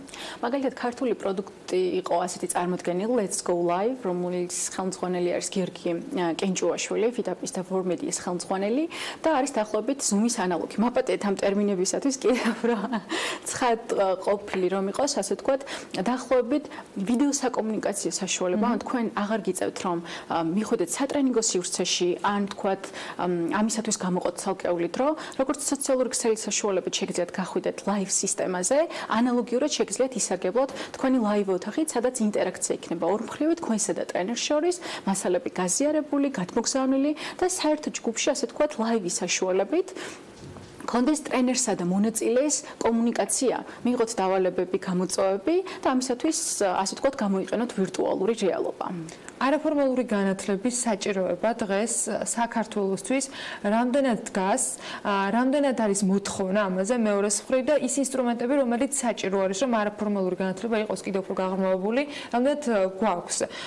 Გასაგებია ტექნიკა ვითარდება, მაგრამ ჩვენ შემთხვევაში ინტერნეტიზაციას თუ შევხედავთ ან ზოგადად ტექნიკასთან ურთიერთობის კოეფიციენტებს, არც ისე მოწინავე ქვეყნების რიგებში აღმოჩნდებით. Აი ამ რეალობის გათვალისწინებით დღეს რამდენად შესაძლებელია რომ ონლაინ არაფორმალური განათლების მიმართ ინტერესი იყოს გაზრდილი და რა არის საჭირო ამ ყველაფრისთვის? აუცილებელიც კი არის, იმიტომ რომ მაგალითად ძალიან რთული არის ახალგაზრდა თაობასთან განსაკუთრებით Z თაობასთან კომუნიკაცია, სადაც ჩვენ არ ვიყენებთ მობილურ აპლიკაციებს, არ ვიყენებთ ონლაინ აპლიკაციებს. საჭიროება არის საკმაოდ მაღალი და მოხარული ვართ, რომ ინტერესიც საკმაოდ მაღალი არის. ჩვენ თანამშრომლობთ უკვე 25 ტრენინგ ცენტრთან, ვისთანაც გავაფორმეთ მემორანდუმი, ასევე Let's Go Live და სხვადასხვა პლატფორმები გვაძლევს საშუალებას, რომ მათ მხარი დაუჭიროთ და მაქსიმალურად შევძლოთ მათი ასე ვთქვათ ინტერნეტთან, ტექნოლოგიებთან და ინოვაციებთან დაახლოება. მით უფრო მაღალი არის მოთხოვნა, იმიტომ რომ ასე ვთქვათ თაობათა ცვლამ და არა მხოლოდ იმიტომ რომ ვიტყოდი რომ ასე კი უფროსი თაობის ინტერესიც საკმაოდ მაღალი არის რომ დანერგონ თავიანთი ასე ვთქვათ სწავლებაში ინოვაცია, იმიტომ რომ დღეს უკვე შეუძლებელი არის მხოლოდ და მხოლოდ გამოვიყენოთ ისეთი ტექნოლოგიები როგორც არის მხოლოდ PowerPoint-ი ან მხოლოდ კომპიუტერი, აუცილებელი არის რომ ინტერაქცია იყოს მაღალი და მუდმივად ასე ვთქვათ სულ ახალ-ახალი ხელსაწყო და ტრენერობის ერთ-ერთი კომპეტენციაც არის ინოვაციურობისადმი მზაობა. და როგორც საზოგადოება ვითარდება, აუცილებელი არის რომ ტემპი, ვინც ასწავლის, თავადაც განივითაროს საკუთარი თავი. თავადაც გამოყოს ამისათვის თავისი რესურსი და ის რომ, ასე ვთქვათ, თაობები, რომლებიც მაგალითად სად იყო ხო ჩემ ასაკში როგორ ჟღერს, მაგრამ თაობები, რომელიც მე-7 კლასელები წერენ პროგრამებს, წერენ თამაშებს, სულ სხვა მოთხოვნები აქვთ მათ, ვიდრე მაგალითად ვისთვისაც მაგალითად მობილური არის ინოვაცია. აქედან გამომდინარე, აუცილებელიც კი არის, რომ მათ უპასუხოთ და ასე ვთქვათ, რაც შეიძლება გავზარდოთ მათი მხრიდან ინტერესი, იმიტომ რომ მოთხოვნა საკმაოდ მაღალი არის და შესაბამისად ინტერესიც. ამიტომაც მეორე მხარემაც აუცილებლად უნდა ქართული ამ შემთხვევაში განსხვავდება იმ ევროპული ქვეყნების რეალობისაგან, იმ ამერიკული რეალობისაგან მოთხოვნის ნაწილში, რაც გვაქვს გასაგებია, რომ ტემპით, ვთქვათ, მომზადებული პროგრამების რაოდენობით ან იმ ინსტრუმენტების შექმნით, რომელსაც ამ ყველაფერს უზრუნველყოფს, ჯერ დიდად ვერ ვეწევით, მაგრამ მოთხოვნის ნაწილში ჩვენს შემთხვევაში, ჩვენს რეალობაში რამდენად განსხვავებული დღეს წესრიგი გვაქვს? ამაყივა რომ შეიქმნა ტრენერთა ასოციაცია, იმიტომ არა რომ ერთ-ერთი დამფუძნებელი ვარ, უბრალოდ ძალიან მაღალი მოთხოვნა იყო ამის მიმართ. მაგალითად, ევროპაში, როდესაც მაგალითად კონფერენციებს ვესწრებთ, ერთ-ერთი არის ხელსაწყოების, ასე ვთქვათ, დემონსტრირება ხდება და დაახლოებით 365 ხელსაწყოა ხოლმე წარმოდგენილი. საქართველოში, როდესაც flip chart-ი, ვთქვათ, PowerPoint-ი ინგლისურ ტერმინებისათვის მაბატიოს მაყურებელმა, არის წარმოდგენილი, რა თქმა უნდა, სამწუხარო არის, რომ რამდენად წინ შეგვიძლია ვიყოთ და სად ვართ. მაგრამ ყველაფერს გავაკეთებთ იმისათვის, რომ ეს კი საწყისია, მაგრამ რადგანაც ტრენერობისადმი ინტერესი არის მაღალი, რადგანაც სწავლებისადმი ინტერესი არის მაღალი, სხვადასხვა კომპანიების ხელშეწყობით მაქსიმალურად, ასე ვთქვათ, შევძლოთ და დავიწიოთ სტანდარტებს. მეცაც გეტყვით, რომ ასოციაციის ამბიცია არის არა მხოლოდ ჩამოვიყვანოთ უცხოელი ტრენერები საქართველოში, რომელიც ძალიან პოპულარული არის და აქტუალური, არამედ შევძლოთ ქართველი ტრენერების გაგზავნა საზღვარგარეთ. აქედან გამომდინარე, გამოწვევები საკმაოდ ბევრი არის, მინდა ვიყავ გულწრფელი როგორც ყოველთვის, მაგრამ გვჯერა, რომ გადავდგავთ ამ მხრივ ნაბიჯებს ორჯერ და სამჯერ მაღალი ტემპით, იმიტომ რომ მსოფლიო ვითარდება და საქართველოს აუცილებელი არის, რომ იყოს ამისი წევრი. სხვადასხვა ქვეყნებიდან უკვე დაგვიკავშირდნენ, ასევე არის მოლაპარაკებები, რომ ჩამოიყვანონ უცხოელები, სადაც საქართველოში უმასპინძლებთ და ასე ვთქვათ, სხვადასხვა ტრენინგები იქნება წარმოდგენილი, გარე აქტივობები. აქედან გამომდინარე, ტემპი საკმაოდ სწრაფი არის. ამ გამოწვევებს შორის ჩვენი ტექნოლოგიური განვითარების ტემპი არის ერთ-ერთი მთავარი, ფინანსები არის ერთ-ერთი მთავარი, თუ კიდევ სხვა რამ, რაც გჭირდებათ იმისათვის, რომ ვიყოთ იმ რეალობაში, რომელიც თქვენთვისაც იქნება სასურველი, რომელიც არის სამიზნე ნებისმიერი ადამიანისათვის, ვინც ამ ცხოვრების ტემპის ფეხის აწყობას ცდილობს. ინტერესი საკმაოდ მაღალია და მე ვფიქრობ, რომ ჩვენი ერთობით შეგვიძლია რაც უფრო ერთად ვიქნებით, ვიყოთ ძალიან ძლიერები და შევძლოთ სხვადასხვა კომპანიებთან და სახელმწიფო სექტორთან მოლაპარაკება.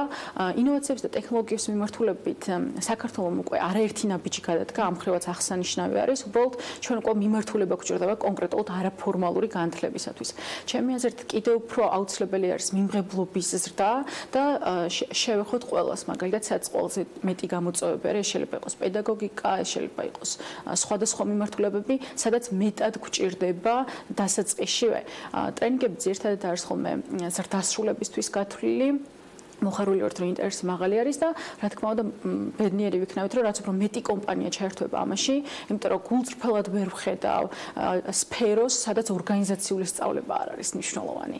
გულწრფელად ვერ ვხედავ სფეროს, სადაც თვით განვითარება, როგორც ერთ-ერთი ყველაზე ძლიერი საშუალება არ არის და მე ვფიქრობ, რომ საქართველოს ერთ-ერთი ყველაზე დიდი გამოწვევაც სწორი განათლება არის და ასე ვთქვათ, ტრენინგები, რომელიც ამ განათლებას უნარებში ცხადყოფს და სწორ დამოკიდებულებაში და ქვეყანას მისცემს და დიდ პროგრესულ საშუალებებს. აქედან გამომდინარე, რაღაც კონკრეტულ გამოწვევას ვერ ვხედავ, იმიტომ რომ ძალიან დიდი მოტივით ვართ და მე მგონია, რომ ფინანსები მოზიდვადია, მოზიდვადია ადამიანები, იმიტომ რომ ძალიან დიდი იდეის გარშემო ვართ გაერთიანებული. ასე რომ მე ვიტყოდი, რომ მხოლოდ ის არის დეტალები, რომელსაც სჭირდება ძალიან დიდი ძალისხმევა, იმიტომ რომ ერთობლივად არის საკმაოდ ბევრი საკითხი, რომელიც გვინდა რომ მაგალითად ამის ორგანიზებას მოახერხებთ. მომავალში როდის აპირებთ კიდევ შემდეგი შეხვედრის ორგანიზებას და ვის აქვს შესაძლებლობა რომ მსგავსი ტიპის ტრენინგებში და სემინარებში მიიღონ მონაწილეობა. დიდი მადლობა ამ შეკითხვისთვის. ორ თვეში გქონდა ორი ღონისძიება. პირველი იყო პირველი ტრენერთა ფორუმი საქართველოში, რომელსაც ასევე 200-მდე მონაწილე ესწრებოდა. შენობის, ასე ვთქვათ, ზომიდან გამომდინარე, იმიტომ რომ ფეხზე იდგა უამრავი ადამიანი. მეორე თვეს იყო ინოვაციები და ტექნოლოგიები, ასევე შენობის მასშტაბების გათვალისწინებით. შემდგომაზე ვაპირებთ, რომ უმასპინძლოთ Microsoft-ის წარმომადგენელს, რომელიც ხელსაწყოებს გაუზიარებს და ასევე გვინდა რომ workshop იყოს, რომ თავადაც გამოსცადონ, თავადაც მიიღონ გამოცდილება და უშუალოდ პატარა ჯგუფებად იყვნენ დაყოფილები თემატურად. სამუშაო ჯგუფებად, რომ ჩვენ ზუსტად ვიცოდეთ და შედეგებში ვიყოთ დარწმუნებული და ასევე ასოციაციას აქვს მიზანი, რომ შექმნას საქართველოში პირველად ტრენერთა აკადემია, სადაც მოიწვევს ყველა ტრენერთა ტრენერს და საშუალება იქნება მონაწილეს ერთ სივრცეში, რომ ნახოს ყველას ხელსაწყო, ნახოს ყველას გამოცდილება, თავადაც ჩაატაროს ტრენინგები და ასევე გქონდეს დასაქმების პერსპექტივა, რადგან ჩვენ თანამშრომლობთ უამრავ კომპანიასთან, ვინც ეძებს მოტივირებულ, ასე ვთქვათ, სწავლებაზე ორიენტირებულ, თვითგანვითარებაზე ორიენტირებულ ადამიანს, რომელიც მზად არის, რომ გაუზიაროს სხვებს გამოცდილება და გაზაფხულზე უმასპინძლოთ ყველაზე მასშტაბურ ღონისძიებას არაფორმალურ განათლებაში, სადაც გავაკეთებთ ერთ-ერთი პროექტის ანალოგს, ადამიანი მოვა ერთ სივრცეში და ნახავს თითქმის ყველა ადამიანის ტრენინგს სხვადასხვა ოთახებში და იქნება საშუალება, რომ ერთი დღის მასშტაბით დაესწროს თითქმის, ასე ვთქვათ, ყველა ტრენერს და ონლაინ აპლიკაციით არჩევს ვის ტრენინგზე სულ შესვლა. მე ანალოგი ვნახე საბერძნეთში და როდესაც საზღვარგარეთ მივდივარ, აი სულ ვფიქრობ, რომ ეს აუცილებლად უნდა დავერგოთ საქართველოში და გაუმჯობესებული ვარიანტითაც კი. ასე რომ ვიმედოვნებ, რომ ათასობით ადამიანი იქნება გაზაფხულზე ჩართული და ერთი მხრივ არის, რომ ასოციაციის მიზანია შეინარჩუნოს ხარისხი და მეორე მხრივ განათლება და არაფორმალური განათლება გახადოს ხელმისაწვდომი და რაც შეიძლება იყოს ამაში მეტი ინტერაქცია. ასე რომ რაც უფრო იქნება ინტერესი მაღალი, ჩვენი мотиваციაც იქნება მაღალი და არასდროს არ გავჩერდებით, არამედ უნდა გადავდგოთ ნაბიჯები წინ. ძალიან ბევრ საინტერესო სიახლეს გაგვიზიარებთ და ეს არ იქნება ჩვენი ბოლო შეხვედრა ამ სტუდიაში შესაბამისად. წარმატებებს გისურვებთ და მადლობა მინდა გითხრათ მობრძანებისათვის. მასპინძლობით თამარ კანაშვილს, ტრენერთა ასოციაციის ხელმძღვანელ საქმიანი დილის ეთერში. წარმატებები მინდა მათ უსურვო, მით უმეტეს რომ მთელი წლის გეგმა აქვს ფაქტობრივად უკვე გაწერილი და მასზე აუცილებლად მოგიყვებით ხოლმე ჩვენს მაყურებლებს და რა თქმა უნდა BMG-ის მკითხველებს. დღეს 1 ივლისია. ჩვენი მაყურებლების და მკითხველების ინტერესი კი შესაბამისად გასული თვის აუცილებლად უნდა შევაგროვოთ. ტრადიციულად ჩვენთან ერთად ერთ თვეს შევაჯამებთ და შემოგთავაზებთ იმ სატელევიზიო პროდუქტების ათეულს, რომელმაც ჩვენს მაყურებელში ყველაზე დიდი ინტერესი გამოიწვია. სოციალურ ქსელში ყველაზე მეტი ნახვა და გაზიარება დააგროვა. ამ ყველაფერს კი ვინ თუ არა ანუკა ჯოხაძე უზრუნველყოფს, ანუკა დილამშვიდობის. ანა დილამშვიდობისა. ივნისის ყველაზე ნახვადი BMG-ის სატელევიზიო პროდუქტების ათეულში მეათე ადგილზე ქეთევან თომეიშვილის ისტორია მოხვდა. როგორი იყო გზა ემიგრაციიდან სასათბურე ბიზნესამდე. თემით 8900 ადამიანი დაინტერესდა და 95-მა ის გააზიარა კიდეც. ხოლო 191-მა ადამიანმა ემოციაც გამოხატა.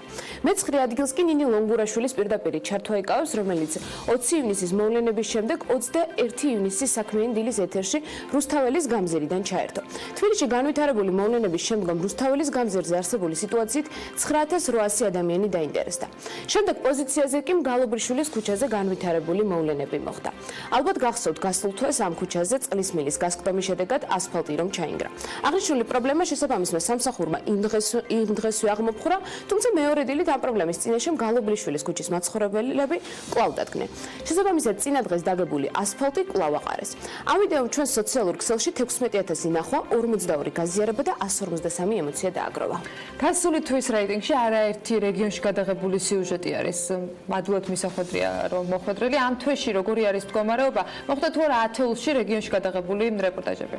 ანა მიშა ხაძიჩიძის სიუჟეტი სწორედ კახეთში ვიზიტისას მომზადდა და მე-7 ადგილი დაიკავა. ხაშმი გიდი, ახალი მარანია კახეთში, რომლის გახსნაც რა თქმა უნდა BMG-ს არ გამორჩენია, ვესტუმრეთ ხაშმს და ჩვენს მაყურებელს კახეთის ახალ მარანზეც მოუყევით. საქმის კურსის ეთერში გასულმა ამ სიუჟეტმა 16000 ნახვა, 374 გაზიარება და 174 ემოცია დააგროვა. რაც ფლობს რუსეთი საქართველოში? Forbes-ის კვირის ანალიტიკით 23000 ადამიანი დაინტერესდა. რა აკავშირებს ოკუპანტ ქვეყანას ჩვენთან და რამდენად არის საქართველო დამოკიდებული რუსეთის ბაზარზე. თემა დამეთანხმებით რომ საკმაოდ მწვავეა. შესაბამისად საერთო რეიტინგში ნახობის მიხედვით მე-6 პოზიციაზეა, რომელსაც 340 გაზიარება და 128 ემოცია აქვს. ხუთეულს კი მანანა მანჯგალაძის საქმიანების რუბრიკა ხსნის. ვინც აქტიურად გვადევნებს თვალს გასული თვის რეიტინგში ერთ-ერთ მოწინავე პოზიციაზე ახალ სოციალური ქსელი ფიცისა და მისი ქართველი დამფუძნებლის სტუმრობა მოხდა. თემა აქტუალურობას არ კარგავს, მანანა მანჯგალაძის სიუჟეტს ნიკო კვარაცხელიას იდეაზე 25000 ნახვა, 214 გაზიარება და 215 ემოცია აქვს. გასულ თვეს მხოლოდ BMG-ს გადაღებული ვიდეოები არ ხვდებოდა სოციალურ ქსელში. ჩვენს მაყურებლებს უზიარებდით სხვა საინტერესო სიახლეებსაც. თუ დაინტერესდა ჩვენი მაყურებელი ამ ახალი შეთავაზებით? ანა, აღსანიშნავია ის, რომ მე-4 და მე-3 ადგილებს სწორედ მსგავსი ვიდეოები ინაწილებენ. მე-4 ადგილზე მოხდა მცირე ვიდეო, რომელიც ესტონეთის დედაქალაქ ტალინში ბათუმის ბრენდირებით მოძრავ ტრამვაის უკავშირდება. ვიდეო 32000 ნახვა, 1028 გაზიარება და 1300 ემოცია აქვს. ხოლო მე-3 ადგილი კი ბათუმელები ჯის ვიდეომ დაიკავა. მაშველი დრონების შესახებ გადაღებულმა ვიდეომ 191,000 ადამიანი დააინტერესა, 1146-მა ის გადააზიარა კიდეც. ხოლო რაც შეეხება მეორე ადგილს. მეორე ადგილზე მანანა მანჯგალაძის მორიგი გმირი მოხდა. თეადარჩიას ისტორია 291,000 ადამიანმა ნახა. 1304-მა კი ის გააზიარა. სიუჟეტს სახელწოდებით როცა ცეკვა ცხოვრება 10000 ემოცია აქვს. და ბოლოს. რეიტინგის ლიდერი მგალობლიშვილის ქუჩაზე წყლის მილის გასკდომის შედეგად განვითარებული მოვლენებია. ღამის საათებში წყლის მილის გახეთქვა მორი მანქანა მიწაში ჩაიტანა. BMG თამამად შემიძლია ვთქვა, რომ პირველი იყო, სწორედ ჩვენ მივაწოდებს მაყურებლებს პირველებმა ინფორმაციამ მგალობრიშვილის ქუჩაზე განვითარებული მოვლენების შესახებ. ჩვენს მიერ გადაღებულმა ვიდეომ 333,000 ნახვა, 2302 გაზიარება და 1100 ემოცია დააგროვა. ეს რაც შეეხება BMG-ს ყველაზე ნახვად სატელევიზიო პროდუქტებს. ახლა კი ვნახოთ მცირე გრაფიკული სიუჟეტი ყველაზე კითხვადი სიახლეების შესახებ, რომელიც ბოლო 1 თვის განმავლობაში ჩვენს ვებგვერდზე განთავსდა. 2019 წლის ივნისის მონაცემებით BMG-ს ყველაზე კითხვადი სიახლეებია. იძულებულები გავხდით რადიკალური ზომები მიგვეღო. კახა კალაძის ახალი საკანონმდებლო ინიციატივით, რომლის მიხედვითაც სამშენებლო სექტორს მშენებლობის პროცესში კანონდარღვევის შემთხვევაში სისხლის სამართლებრივი პასუხისგებლობა დაეკისრება, 16458 ადამიანი დაინტერესდა. რეიტინგში კი სიახლე მე-10 ადგილს იკავებს.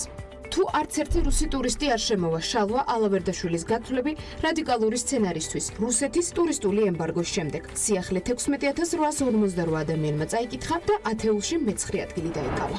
ბექაგონაშვილის კომენტარმა კი რუსეთიდან ფრენების აკრძალვაზე მე-8 ადგილი 17788 ნახვით დაიკავა.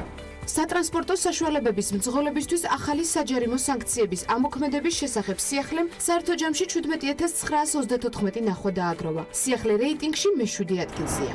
ერთი კვირა ქართულ ტურიზმს რუსული სანქციების sapasუხოდ. ქართული ტურიზმის ხარდამჭერმა ინიციატივამ 19367 ადამიანი დააინტერესა. ხაზარაძე რუსეთიდან ფრენების შეწყვეტის გამო კიევი თბილისის 10 რეისს დააფინანსებს. მამუკა ხაზარაძის გადაწყვეტილება რეიტინგში მეხუთე ადგილზეა და მას 20790 ნახვა აქვს. ქართველების უკანონოდ გადაყვანა ისრაელში. დაკავებულია 14 ადამიანი. ამ ინფორმაციას, რომელიც ვებგვერდზე 17 ივნის განთავსდა, 21647 ნახვა აქვს. სამეულს კი 12 ახალი ევროპული ავიამიმართულება ხსნის, რომელიც ქუთაისის აეროპორტიდან ამოქმედდება. სიახლე 23853 ადამიანმა წაიკითხა. თემურ ჭყონიას ემოციურმა კომენტარმა ზაქარია ქუცნაშვილის ქონებასთან დაკავშირებით მეორე ადგილი დაიკავა. სიახლემ საერთო ჯამში კი 27346 ნახვა დააგროვა.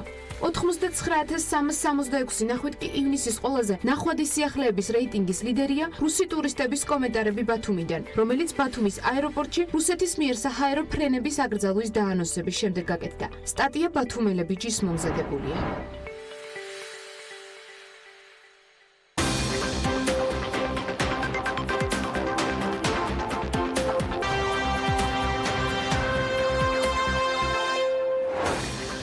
რუსული ავიასანქციების შემდეგ საქართველოში სომხეთიდან ტუროპერატორების აქტიურობას ელოდებიან. ტანსაცმლისა და უნიფორმების წარმომადგენელი კომპანია ელსელმა შემოდგომაზე დამატებით 90 ადამიანს დაასაქმებს ზაფხულის სეზონის საწარმოს გაფართოებას და სარემონტო სამუშაოებს დაეთმობა. შემოდგომიდან კი წარმოებასთან ერთად საერთაშორისო ბრენდებთან მოლაპარაკებები განახლდება.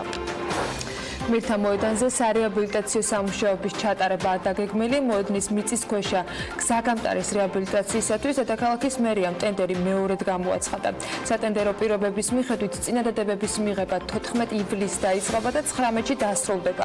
შესყიდვის სავარაუდო ღირებულება კი 3,953,094 ლარია.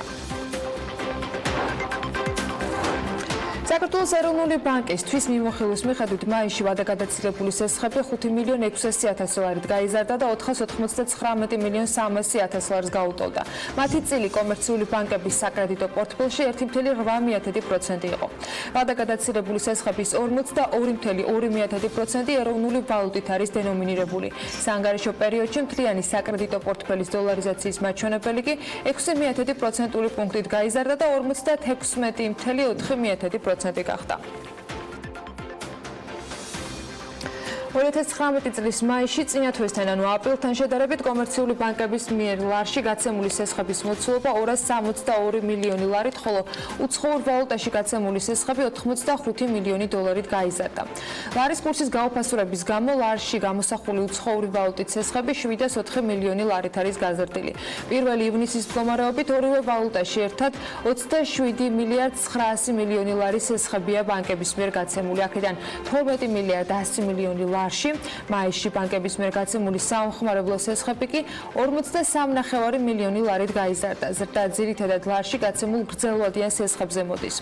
ბოლო ერთ წელიწადში ლარში გაცემული სესხები 1,7 მილიონი ლარით არის მომატებული, ხოლო უცხოურ ვალუტაში გაცემული სესხები 511 მილიონი დოლარით. საერთო სესხებში უცხოურ ვალუტაში გაცემული სესხების წილი 56,9%-ზე ფიქსირდება. ერთი წლის წინ ეს მაჩვენებელი 54,9% იყო. ეროვნული ბანკის გადაწყვეტილებით კომერციულ ბანკებს ინფორმაციის გამჟღავნების ვალდებულება გადაუვადათ. ამასთან დაკავშირებით ეროვნული ბანკის პრეზიდენტის 25 ივნისის ბრძანებაში აღნიშნული. ამ ბრძანების თანახმად ბანკები ვალდებულები იქნებიან პილარ 3-ის ფარგლებში ინფორმაციის გამჟღავნების წესის მეოთხე მუხლის შესაბამისი ქვეპუნქტით განსაზღვრული გამჟღავნების მოთხოვნების ეფექტური შესრულება 31 დეკემბრამდე უზრუნველყონ. მაშინ როცა წინა ბრძანებით ეს ვადა 30 ივნისამდე ჰქონდათ. რაც შეეხება ამ წესის შესაბამის საუბარია სესხებზე ძირითად ინფორმაციაზე, როგორც არის სასესხო პორტფელის ძირითადი მახასიათებლების ზოგადი მიმოხილვა, საბალანსო და ბალანსგარეშე ელემენტების საკრედიტო ხარისხის შესახებ ყოვლის მომცველი ინფორმაცია. ინფორმაცია სესხებზე ყოველთვიური გადახდების შემოსავალთან შეფარდების და უზრუნველყოფის კოეფიციენტების შესახებ, სესხის მომსახურების კოეფიციენტებთან დაკავშირებული ინფორმაცია სექტორების და საცალო პროდუქტების მიხედვით. ეკონომიკის მინისტრის განცხადებით მთავრობამ უკვე დაამტკიცა ანტიდემპინგური კანონი, რომელიც 2020 წლის 1 იანვრიდან ამოქმედდება. კანონის მიზანს ადგილობრივი მეწარმეების და ინდუსტრიის დემპინგურ ფასებთან დაცვა წარმოადგენს. კანონპროექტის მიხედვით დემპინგური იმპორტისაგან ადგილობრივი ინდუსტრია უნდა იყოს დაცული და ამისთვის უნდა დადგინდეს მიზეზ-შედეგობრივი კავშირი დემპინგურ იმპორტსა და ადგილობრივი ინდუსტრიის მატერიალურ ზიანს შორის. თუ საკითხის შესწავლა დაადგენს, რომ არსებობს კავშირი ამ ორ ფაქტორს შორის, ადგილობრივი ინდუსტრიის დაცვის მიზნით უცხოური კომპანიების მიმართ, რომელიც აწარმოებს დემპინგურ იმპორტს, ანტიდემპინგური ღონისძიება გატარდება. კანონპროექტის მიღება დაიცავს ადგილობრივ წარმოებას დემპინგური იმპორტისაგან ასეთი არსებობის შემთხვევაში და ხელს შეუწყობს ადგილობრივი წარმოების განვითარებას. კანონპროექტის მიხედვით კი მოკვლევის ორგანო კონკურენციის სააგენტო იქნება, რომელიც დემპინგური იმპორტის შესწავლას იწყებს ყოველი კონკრეტული პროდუქტის შესახებ ადგილობრივი ინდუსტრიის მიმართვის საფუძველზე, ხოლო გადაწყვეტილებას ანტიდემპინგური ღონისძიებების შემოღების თაობაზე საქართველოს მთავრობა კონკურენციის სააგენტოს დასკვნის მიხედვით. ანტიდემპინგური ღონისძიებების შედეგად დაწესებული ტარიფის ადმინისტრირებას კი საქართველოს შემოსავლების სამსახური ახორციელებს.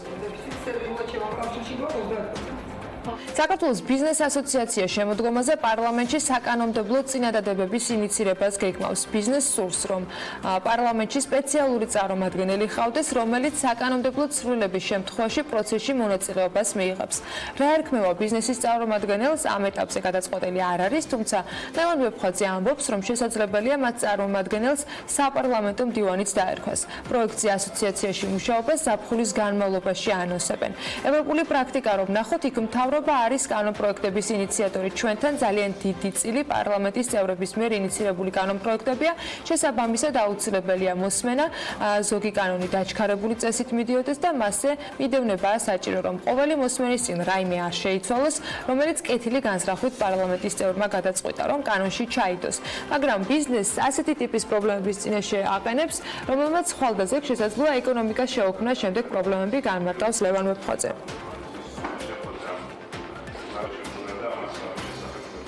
ექსპლუატაციაში მიღებულ შენობებზე ამნისტიის გამოცხადების გარდა 2007 წლამდე უნებართოდ აშენებული ობიექტების ლეგალიზება იგეგმება. ამას საქართველოს სივრცის დაგეგმარების არქიტექტურული და სამშენებლო საქმიანობის კოდექსში დაანონსებული ცვლილებების პროექტი ითვალისწინებს, რომელიც პარლამენტს უკვე წარადგინა. კოდექსში შესატანი ცვლილებების მიხედვით მშენებლობის ნებართვების გამცემი ორგანო უფლებამოსილი ხდება განახორციელოს 2007 წლის 1 იანვრამდე უნებართოდ ან პროექტის დარღვევით აშენებული ობიექტების ან მათი ნაწილების ლეგალიზება. ასევე 2007 წლის 1 იანვრამდე დაწყებული და დაუმთავრებელი ობიექტების დასრულებისათვის განსაზღვროს ვადა და განახორციელოს მათი შემდგომი ლეგალიზება. უნებართოდ და პროექტის დარღვევით აშენებული ობიექტების ან მათი ნაწილების ლეგალიზების წესსა და პირობებს. ასევე 2007 წლის 1 იანვრამდე დაწყებული და დაუმთავრებელი ობიექტების დასრულების ვადას დაამტკიცებს მთავრობა.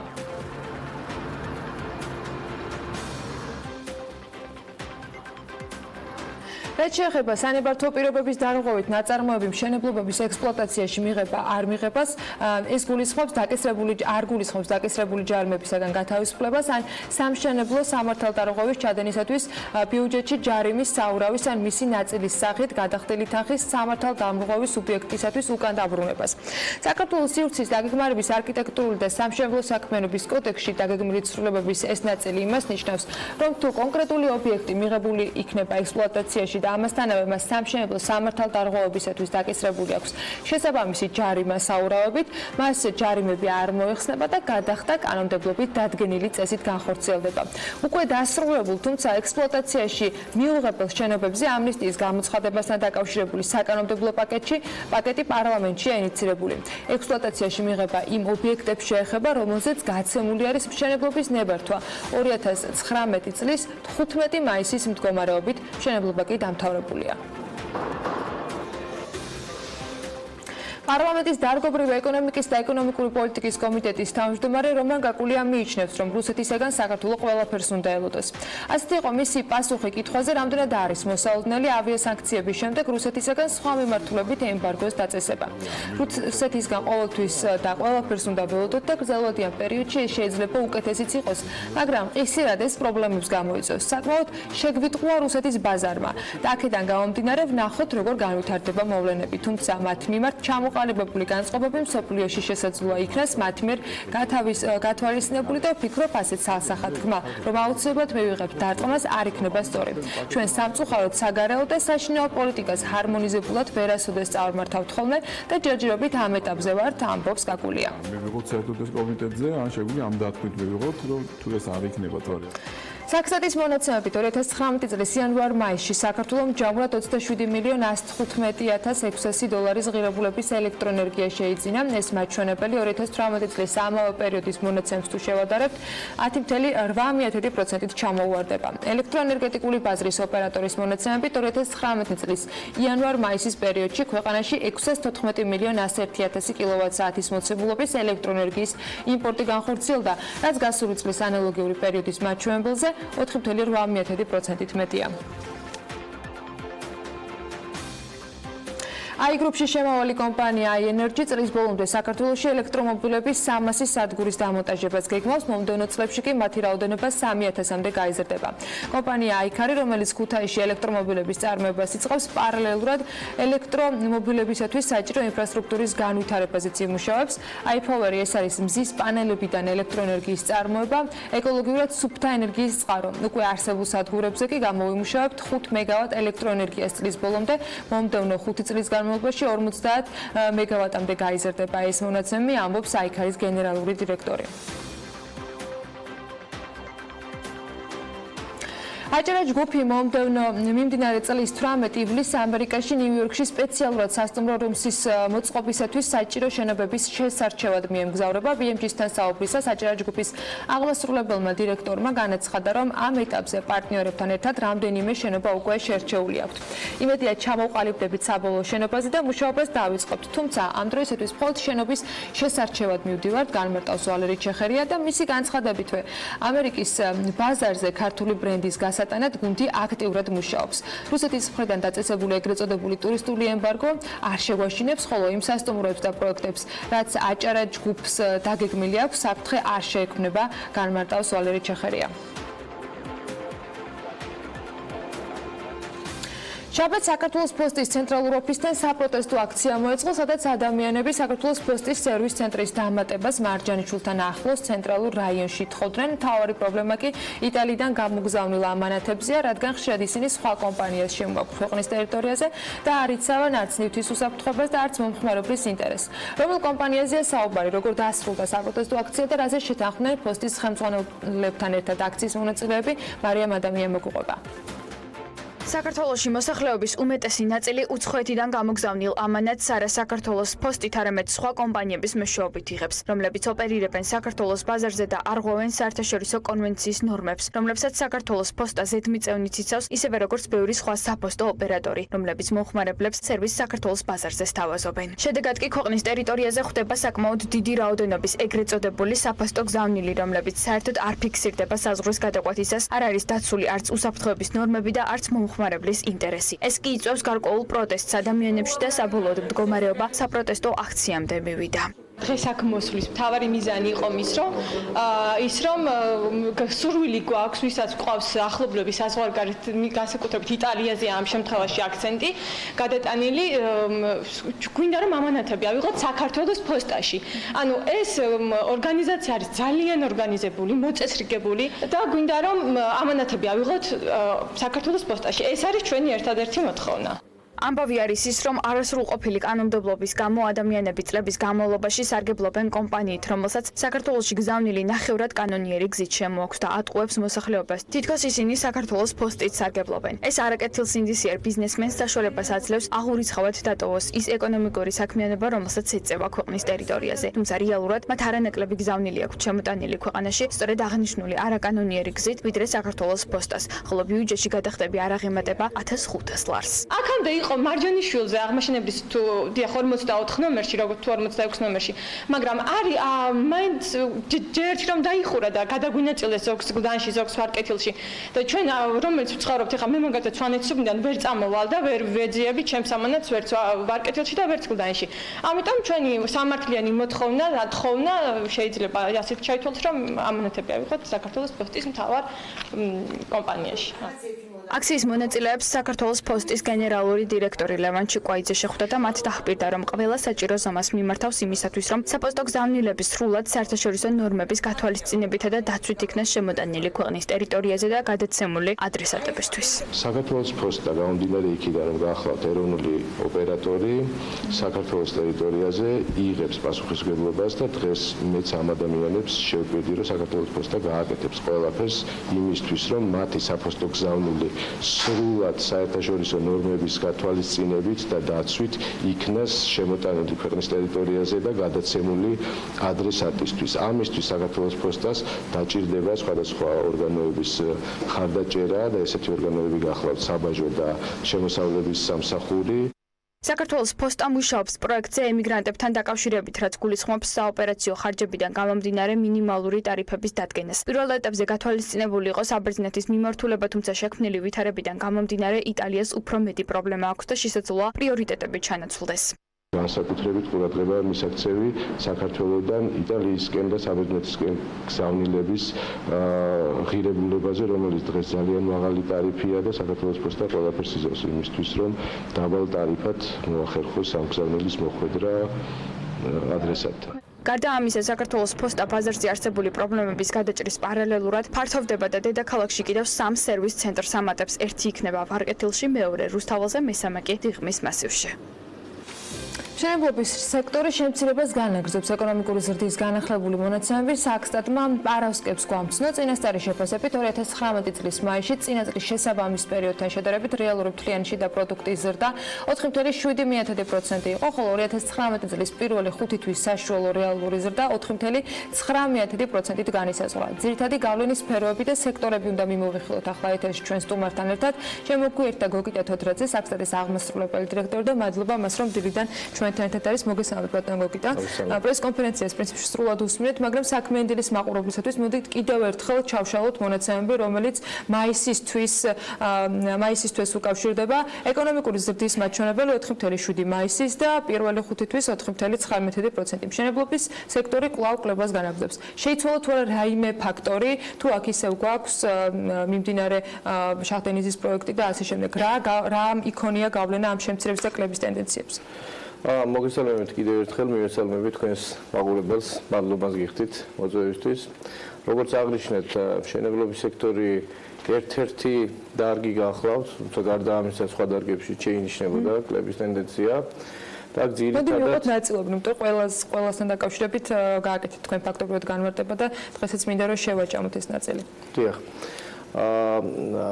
ესე იგი მშენებლობის დარგში შემცირების ტენდენცია ძირითადად შეინიშნება შენობების, საერთო მშენებლობის, ასევე მაგისტრალური მილსადენების, ელექტროგადამცემი და კავშირგაბმულობის ბოძების მშენებლობის მიმართულებით.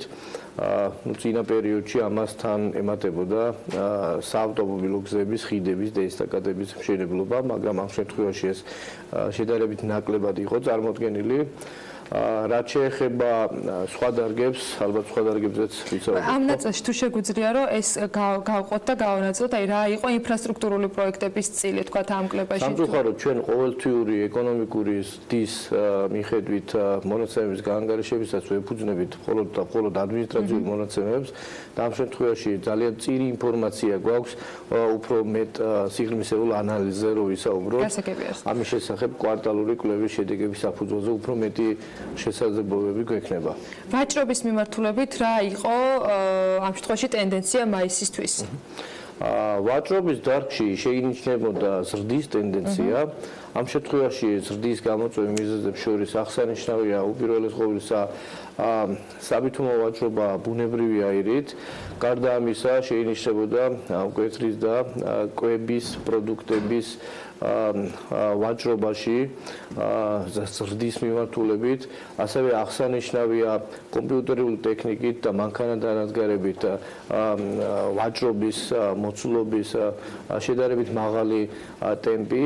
უნდა აღინიშნოს, რომ 75%-ით გაიზარდა დაახლოებით მსუბუქი ავტომობილების რეექსპორტი სხვადასხვა ქვეყნებში.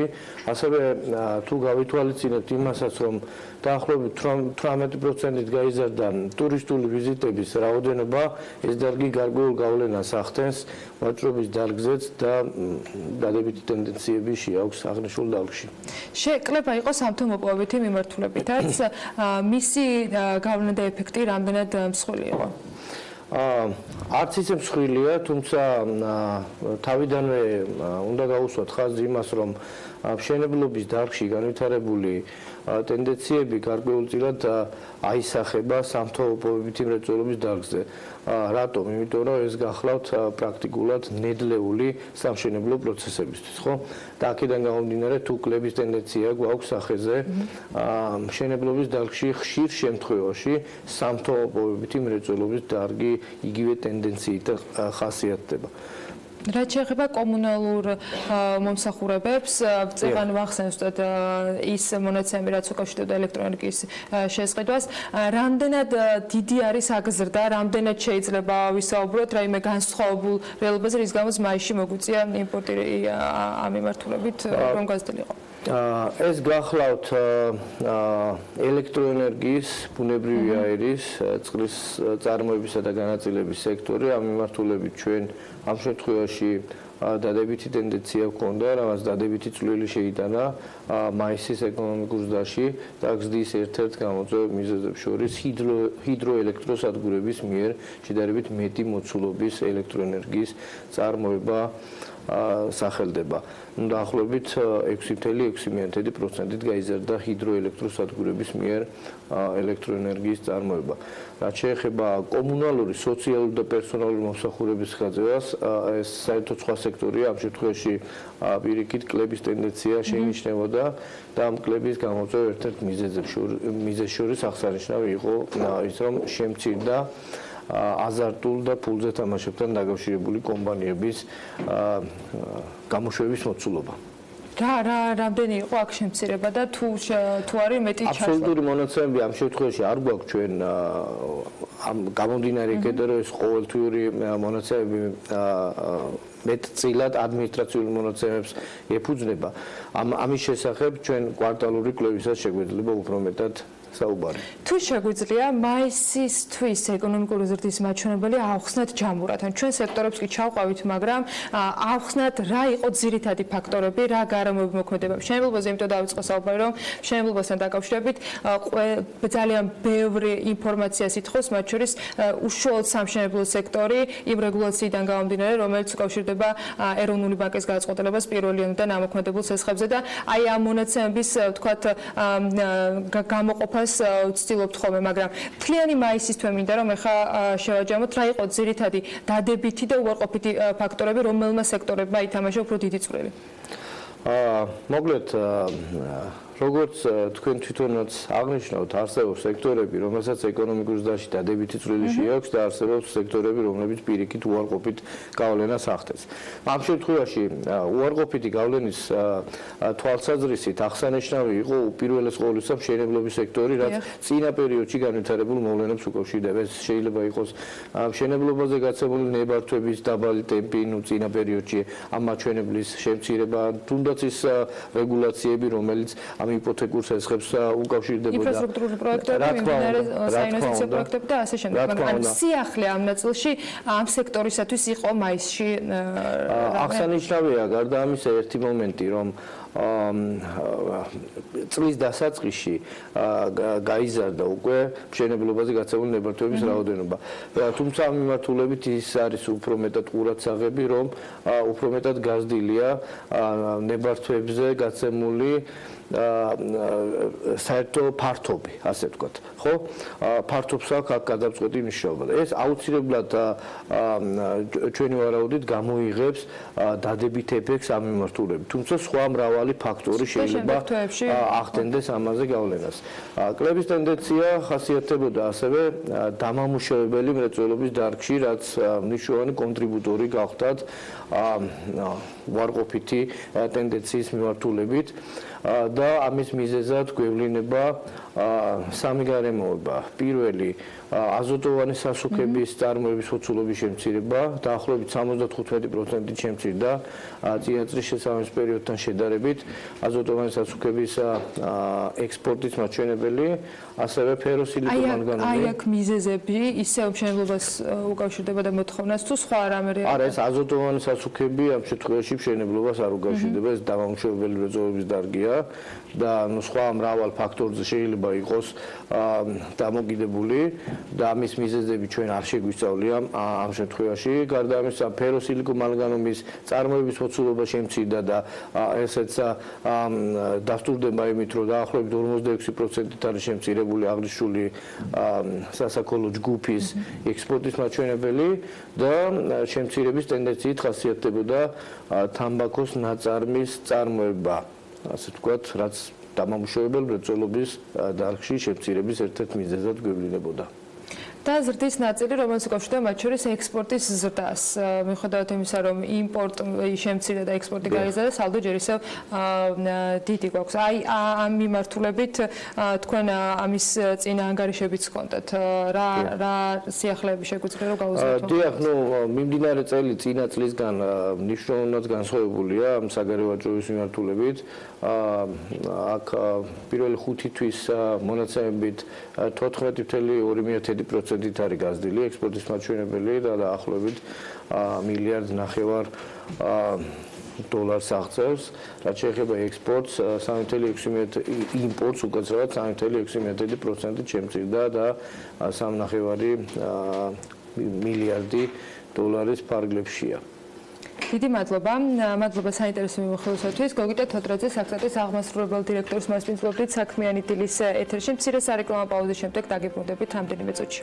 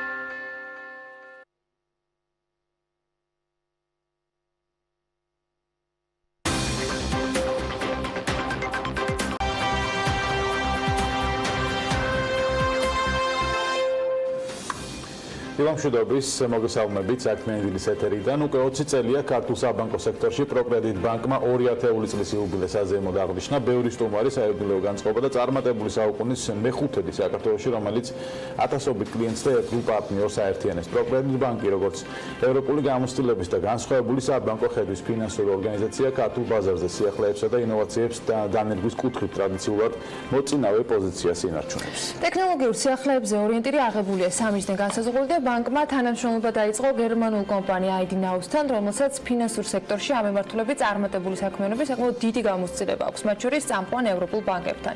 საქართველოში ახალი სერვისი ქართული და ევროპული რეგულაციების შესაბამისობით მაღალი სტანდარტებით და ინოვაციური ტექნოლოგიების გამოყენებით დაინერგება. რა სერვისებს საუბრობთ, ამას ჩვენი სტუმრები გვეტყვიან. ნათია თხილაიშვილი, პროკრედიტ ბანკის დირექტორი და ალექსანდრ მაიერი, ID-Now-ს წარმომადგენელი არიან ჩვენთან ერთად. მოგესალმებით და მადლობა ამის რომ ხართ ჩვენთან ერთად. ვიცი რომ სიახლეები გექნებათ, ეს სიახლეები დაანონსებულია იუბილეზე, რა ინოვაციაზე ვსაუბრობთ, რა შესთავაზებს პროკრედიტი უახლოეს 20 წელი საკმაოდ მნიშვნელოვანი თარიღია ბანკის ოპერირებისთვის, გერმანული ბანკის ოპერირებისთვის საქართველოში, ამიტომ ჩვენ გადავწყვეტეთ, რომ განსხვავებული სიახლე შეგვეთავაზებინა ჩვენი მომხმარებლისთვის. ჩვენ წელიწად ნახევრის წინ დავნერგეთ direct banking-ის მომსახურება, რაც ნიშნავს ფიზიკური პირების დისტანციურ მომსახურებას. თუმცა გამომდინარე იქედან, რომ ჯერჯერობით ყველა პროდუქტით უზრუნველყოფილი დისტანციური მომსახურება ვერ იქნებოდა, არა მარტო იმიტომ, რომ ქართულ ბაზარზე არ არის მსგავსი ალტერნატივები, არამედ იმიტომ, რომ რეგულაციებიც უნდა გვიწყობდეს ხელს. ჩვენ დაველოდეთ და შევეცადეთ და გვეფიქრა, რა არის ყველაზე მნიშვნელოვანი დღეს და რა აკლია დღეს ქართულ მომხმარებელს. რაც და ამ გადაწყვეტილებამდე მივედით, მაშინ როცა ვნახეთ, რომ ერთ-ერთი ყველაზე დიდი სირთულეში ჩვენ ვაწყდებით ჩვენი მომხმარებლის აუცილებელ იდენტიფიკაციას და იდენტიფიკაცია უნდა მოხდეს უკვე ბანკის შენობაში თანამშრომლის მიერ. ამიტომაც ვიფიქრეთ, რა ალტერნატივა შეიძლებოდა მოგვეძებნა ბაზარზე და გვჭირდებოდა დაცული, გამართული ტექნოლოგიური გადაწყვეტილება და ესეთი ტექნოლოგიური გადაწყვეტილება ჩვენ, რა თქმა უნდა, მივაგენით გერმანიაში, რომელიც უზრუნველყოფს თავისი სოფტვერით ჰოლოგრამის წაკითხვას, ვიდეო ბარათის ჰოლოგრამის წაკითხვას და სხვა დამცავი ნიშნების ამოცნობას და აბსოლუტურად იდენტური გახლავთ, როცა მომხმარებელი ზის პირისპირ და ჩვენი თანამშრომელი ამოწმებს ბარათს. რისთვის ვიყენებთ ახლა ამ სერვისებს? შეგვიძლია ვთქვათ, რომ ჩვენ ვიდეო იდენტიფიკაცია დავდერგეთ 2 ეტაპად, ნერგავთ 2 ეტაპად. პირველი იქნება არსებული კლიენტების და მომხმარებლის მომსახურება, ხოლო დაახლოებით 2 თვეში ჩვენ უკვე გადავალთ ანგარიშის გახსნაზე ახალი კლიენტების სერვისებში. მათ შორის საზღვარგარეთ მყოფ ქართველებსაც საზღვარგარეთ მყოფ ქართველებსაც, ვისთვისაც ველიდური არის პასპორტი და ბარათი პირადობის მოწმობა. რაც მათთვის ერთ-ერთი მთავარი პრობლემა იყო ხოლმე, როდესაც ისინი ვერ ახერხებდნენ ჩამოსვლათ ბანკში ანგარიშის გახსნას. ამისათვის თქვენ დაიწყოთ პარტნიორობა გერმანულ კომპანიასთან. ბატონი ალექსანდრელი არის წარმომადგენელი ამ კომპანიის. რას გულისხმობს ეს სიახლე, რა სოფტვერზე არის საუბარი, რა შესაძლებლობებზე არის საუბარი, რომ აგვიხსნათ, რა თანამშრომლობა შედგება თქვენსა და პროკრედიტ შორის? So actually, Pirveli Bank is the first bank. Pirveli banki არის პირველი ბანკი, რომელსაც ასეთი უნიკალური სერვისი შემოაქვს ბაზარზე რეგიონში. Where everybody doesn't matter where he lives actually in the end identify himself. ეს პროგრამა ყველას აძლევს საშუალებას რომ მოახდინოს საკუთარი თავის იდენტიფიკაცია ამ აპლიკაციის გამოყენებით. ამავდროულად თქვათ ლეპტოპის გამოყენების დროს არის შესაძლებელი პროგრამის სარგებლობა. უკვე არსებული klienti თუ პოტენციური klienti იქნება დაკავშირებული პირდაპირ ბანკის სერვერთან და აბსოლუტურად დარწმუნებული იქნებით იმაში, რომ სწორედ ის ადამიანი სარგებლობს პროგრამით, ვისაც რეალურად ეკუთვნის ანგარიში. ამიტომ შეგვიძლია ვთქვათ, რომ ეს არის ძალიან მოხერხებული, კომფორტული, მომხმარებელზე მორგებული პროგრამა და შეესაბამება უმაღლეს რეგულაციურ სტანდარტებს. And this is actually all fulfilled by Pirveli Bank. და პროგრედიტ ბანკი ნერგავს ეტაპობრივად ამ პროგრამას. რა სტანდარტები არსებობს? მოგდოთ ამაზე რომ გითხრათ, რა შეესაბამება, რა სტანდარტების მიხედვით არის შექმნილი ეს პროგრამა და სოფტვერი? So as ID Now started in, so we were founded in 2012, and 2 years afterwards, such a solution. 2012 წელს დაინერგა სტანდარტები, შემდგომ 2 წლის შემდეგ უკვე წარდგენილთან საზოგადოებისათვის ეს სტანდარტები კონკრეტული მიმართულებები თუ როგორ უნდა გამოიყურებოდეს პროცესი, როდესაც კლიენტი ცდილობს იდენტიფიცირებას ამ პროგრამაზე დაყრდნობით. აუცილებელია ID დოკუმენტის წარდგენა, ასევე სხვადასხვა დეტალების შედარება იმაში დასარწმუნებლად, რომ ერთი და იგივე ადამიანთან გვაქვს საქმე და თვითონ საიდენტიფიკაციო დოკუმენტიც უნდა მე წარმოიდგინე ახსენე რომ მსგავს მოდელს ბევრი ევროპული და მათ შორის გერმანული ბანკი იყენებს და თქვენც ხართ თქვენს თანამშრომლობთ ბევრ ასეთ ბანკთან. თუ შეგიძლიათ რომ დაგვისახოთ რომელი ბანკები არის ისინი და რამდენად პოპულარული არის მათ შორის ევროპაში მსგავსი სისტემების გამოყენება? So Germany definitely one of our clients, for example, is the Commerzbank.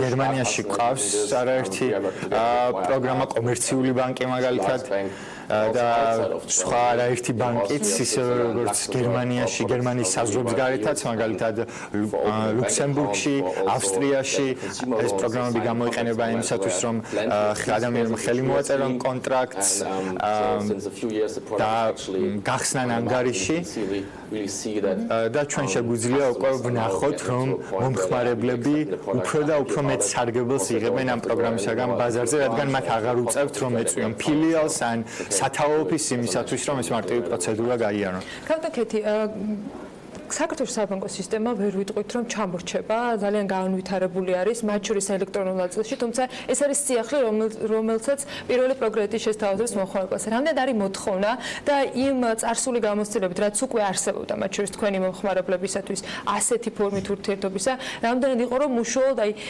ეს ერთი მისვლის საჭიროებაც მოხსნილიყო ბანკთან ურთიერთობაში და რამდენად ელოდებით რომ თქვენი მომხმარებლები ამ სერვისით ისარგებლობენ, იმიტომ რომ მაინც ჩნდება ხოლმე უნდობლობის მომენტი, როდესაც ადამიანები ყველაფერს ტექნიკას ანდობენ და ნუ ერთხელ მისვლას მაინც ცდილობენ რომ განახორციელონ. აი ამ ნაწილში რამდენად იყო მოთხოვნა თუ ეს არის თქვენი წინსწრები თქვათ ნაბიჯი? კი, სანამ მოთხოვნაზე გადავალ, მანამ მინდა უბრალოდ ვისაუბრო ერთ მნიშვნელოვან ფაქტორზე, რომელიც დიჯიტალიზაციას თან ახლავს და ეს არის უსაფრთხოება და დაცულობა. დიჯიტალიზაცია შეიძლება ყოველდღიურში გამოვიყენოთ და დღეს საქართველოში ეს საკმაოდ გავრცელებული ფორმაა, ნებისმიერი მსხვილი კომპანია თუ ტრეიდი იყენებს ამ მიმართულებას. თუმცა პირველი რაც მოდის საბანკო რესურსებთან ეს არის დაცულობა, სანდოობა, უსაფრთხოება. აქედან გამომდინარე, როგორც აღნიშნე, კონკრეტულად ეს პროექტი აკმაყოფილებს ევროპულ რეგულაციებს, ბაფინის რეგულაციებს. ჩვენ გარდა ქართული რეგულატორისა, საქართველოს პროგრამის ბანკ საქართველოს ყავს ასევე ევროპული რეგულატორი. ამიტომაც უნდა მოგვეძებნა ესეთი კომპანია, რომელიც სრულად აკმაყოფილებდა და სერტიფიცირებული იქნებოდა ბაფინის მიერ. პირველ რიგში უკვე ეს ცალსახად ნიშნავს ის ფაქტორია, რომ ეს პროდუქტი არის საკმაოდ დაცული და კიდევ როგორც ერთ აღნიშნე, აბსოლუტურად იდენტურია კონკრეტული პირადობის მოწმობის ამოცნობა მეთოდით, როგორც შეიძლება ეს მოხდეს ადგილზე. რაც შეეხება ახლა მოთხოვნას, მოთხოვნა არის ესეთი თემა, რომელზეც მე ვიტყოდი, რომ მსგავსი მიმართულებით თუ ბაზარს ჩვენ შევთავაზებთ სიახლეებს, მოთხოვნა ეს ყოველთვის იქნება. ჩვენ ზუსტად 3 წლის წინ დავიწყეთ პროექტი თვითმსახურების ზონები და აღჭურვეთ ჩვენი ფილიალები ისეთი ჭკვიანი მანქანებით, რომელიც დღემდე უნიკალურია ბაზარზე და ვიტყოდი, რომ ანალოგი ჯერჯერობით, რა თქმა უნდა, ძალიან კომფორტულია. ჯერჯერობით ბაზარზე ანალოგი არ აყავს. თავიდანვე მოდიოდა საკმაოდ დიდი სკეპტიციზმი. თუმცა პროექტი დღეს გამართლებულია 99% ჩვენი მომხმარებლის მხოლოდ მანქანებით სარგებლობს და რატომაც არ უნდა შევქმნათ იგივე კომფორტი თუ ამის შესაძლებლობა გვაქვს უკვე ფიზიკური პირებისთვის. უნდა მისვლა რა თქმა უნდა მოგწანდეს თუ ამის აუცილებლობა რა თქმა უნდა უბრალოდ ეს არის დამატებითი კომფორტი რომელიც დაზოგავს დროს ფინანსებს როგორც მომხმარებლის ასევე ბანკის. თქვენ ორი ეტაპი ახსენეთ. ერთი, როდესაც 2 თვის მერე დაახლოებით ექნებათ დღეს ვისაც არ აქვს პროგრამთან ურთიერთობა, მას უკვე ანგარიშის რეგისტრაციის შესაძლებლობა და მეორე პირველი 2 თვიანი. ეს დღეს უკვე მოქმედებს. ანუ მე როგორც მომხმარებელს შემიძლია თუ რა დამატებითი ანგარიში ბანკში მივსვლათ და როგორც მომხმარებელს უკვე თავიდან შეგიძლიათ გააქტიუროთ ინტერნეტ ბანკინგი. როგორც კი ინტერნეტ ბანკინგის გააქტიურებას შეძლებთ, შემდეგ ნებისმიერი ოპერაცია წარმოება შესაძლებელია ინტერნეტ ბანკინგიდან. არსებული მომხმარებლებისთვის ჩვენ ასევე ვწვავებთ დავამატოთ სასესხო პროდუქტებიც, რომელიც მისცემს საშუალებას ზუსტად აი რეგულაციიდან გამომდინარე, რომ აუცილებელია მომხმარებელი ადგილზე მოვიდეს, შევძლებთ უკვე დისტანციურად მოვახსენოთ მისი იდენტიფიცირება და თუნდაც მაგალითისთვის რო ავიღოთ ოვერდრაფტი, დავამტკიცოთ უკვე ონლაინ, ესეც არის ერთ-ერთი პროექტი, რომელსაც ვდებთ უკვე ID ჩვენს ვიდეო იდენტიფიკაციაში. ეხლა რა არის აუცილებელი იმისთვის, რომ მომხმარებელმა გააქტიუროს? მნიშვნელოვანია ჩამოწეროს ჩვენი აპლიკაცია, რომელსაც ქვია My Direct. My Direct-ის ჩამოწერის შემდეგ უკვე მომხმარებელს შეუძლია წამოიწყოს ვიდეო ზარი. დღეს პროგრამის მომხმარებელს რჩება თუ არა რამე, რომელიმე მომსახურება, რომელსაც ის smartphone-ით ვერ გააკეთებს.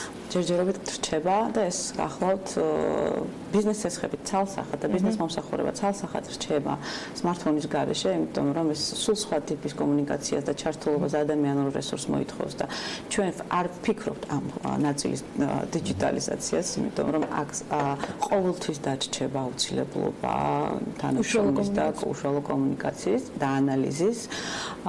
ფიზიკურ პირებს რაც შეეხება, რჩება ისეთი სესხები, რომელიც მოითხოვს გირაოს, მაგალითად იპოთეკური სესხები. დანარჩენი ჩვენ შეგვიძლია უკვე სრულად იყოს დიჯიტალიზებული. კიდევ ერთი ბოლოს შეჯამებისკენ წავიდეთ. მე ბევრჯერ მიხსენებია, რომ სხვა სიტყვაში ან საბანკო მომსახურებაც და კონკურენციაც გადასული უკვე ამ დიჯიტალზე, ონლაინზე და ამ შემდეგ. თქვენი საომოლოგო გეგმები რა არის? გარდა იმისა, რომ ხდება გაციფრულება და მომსახურების შეთავაზება დისტანციურად მომხმარებლების. პროექტის საომოლოგო გეგმები რა არის სხვა ნაწილში? პროექტის საომოლოგო გეგმები ორ ნაწილად დავყოფდი. ჩვენ სადღაც ივლისიდან უკვე საინტერესო პროდუქტი შევთავაზეთ ბიზნეს მომხმარებლებს, რომელიც ევროპის რეკონსტრუქციის ბანკთან იქნება დაკავშირებული და სავარაუდოდ ეს პროექტი ძალიან აქტიური იქნება უკვე ბიზნესებისთვის. რაც შეეხება ფიზიკურ პირებს, მე გვიტყოდი, რომ ჩვენ აქცენტი მუდმივად დიჯიტალიზაციაზე გვექნება, იმიტომ რომ დღეს საბანკო სფეროში როგორც ესეთი საბანკო პროდუქტი ყველა არსებობს. ასე რომ ახალს რაღაც განსაკუთრებული თვისებები შეთავაზებების თქვა განმარტება შეიძლება იყოს უბრალოდ რაღაც დამატებითი ერთ-ერთი ახალი დეტალი, რომელსაც დავამატებთ გარკვეულ პროდუქტს, მაგრამ ეს არ არის რაღაც დიდი გარდატეხა. დიდი გარდატეხა არის დაკავშირებული ისევ ინოვაციასთან, იმიტომ რომ როგორც აღნიშნე, ბაზარზე მოთხოვნაც არის, მაგრამ ჩვენც უნდა ვეცადოთ, რომ ევროპული სტანდარტები შევიტანოთ უკვე ჩვენს მომსახურებაში. წლის ბოლომდე ორ პროექტს ვნერგავთ, ერთ-ერთი შემიძლია ახლა ვთქვა, მაგრამ მეორეს ჯერჯერობით დეტალებისგან თავშევიკავებ. აუცილებლად განვაახლებთ ჩვენს ინტერნეტ ბანკინგს როგორც ფიზიკური პირებისთვის, ასევე იურიდიული პირებისთვის. ესეც არის სადღაც სექტემბერში დაგეგმილი, რომელიც აბსოლუტურად განსხვავებულ მომსახურებებსაც შესთავაზებს კლიენტებს მიუხედავად იმისა, რაც დღეს არსებობს. ბატონო ალექს, შეჯამებისთვის ID Now-ს რა ფორმით შეუძლიათ, თქვათ ამ ინოვაციურ პროცესში დაეხმაროს კრედიტ ბანკს და ზოგადად ტენდენციაზეც რო გითხრათ, როგორ მიმდინარეობს დიჯიტალიზაცია მსოფლიოში. მოკლედ. Guys, it briefly. Okay. So in the end, we can really help them in getting more new clients.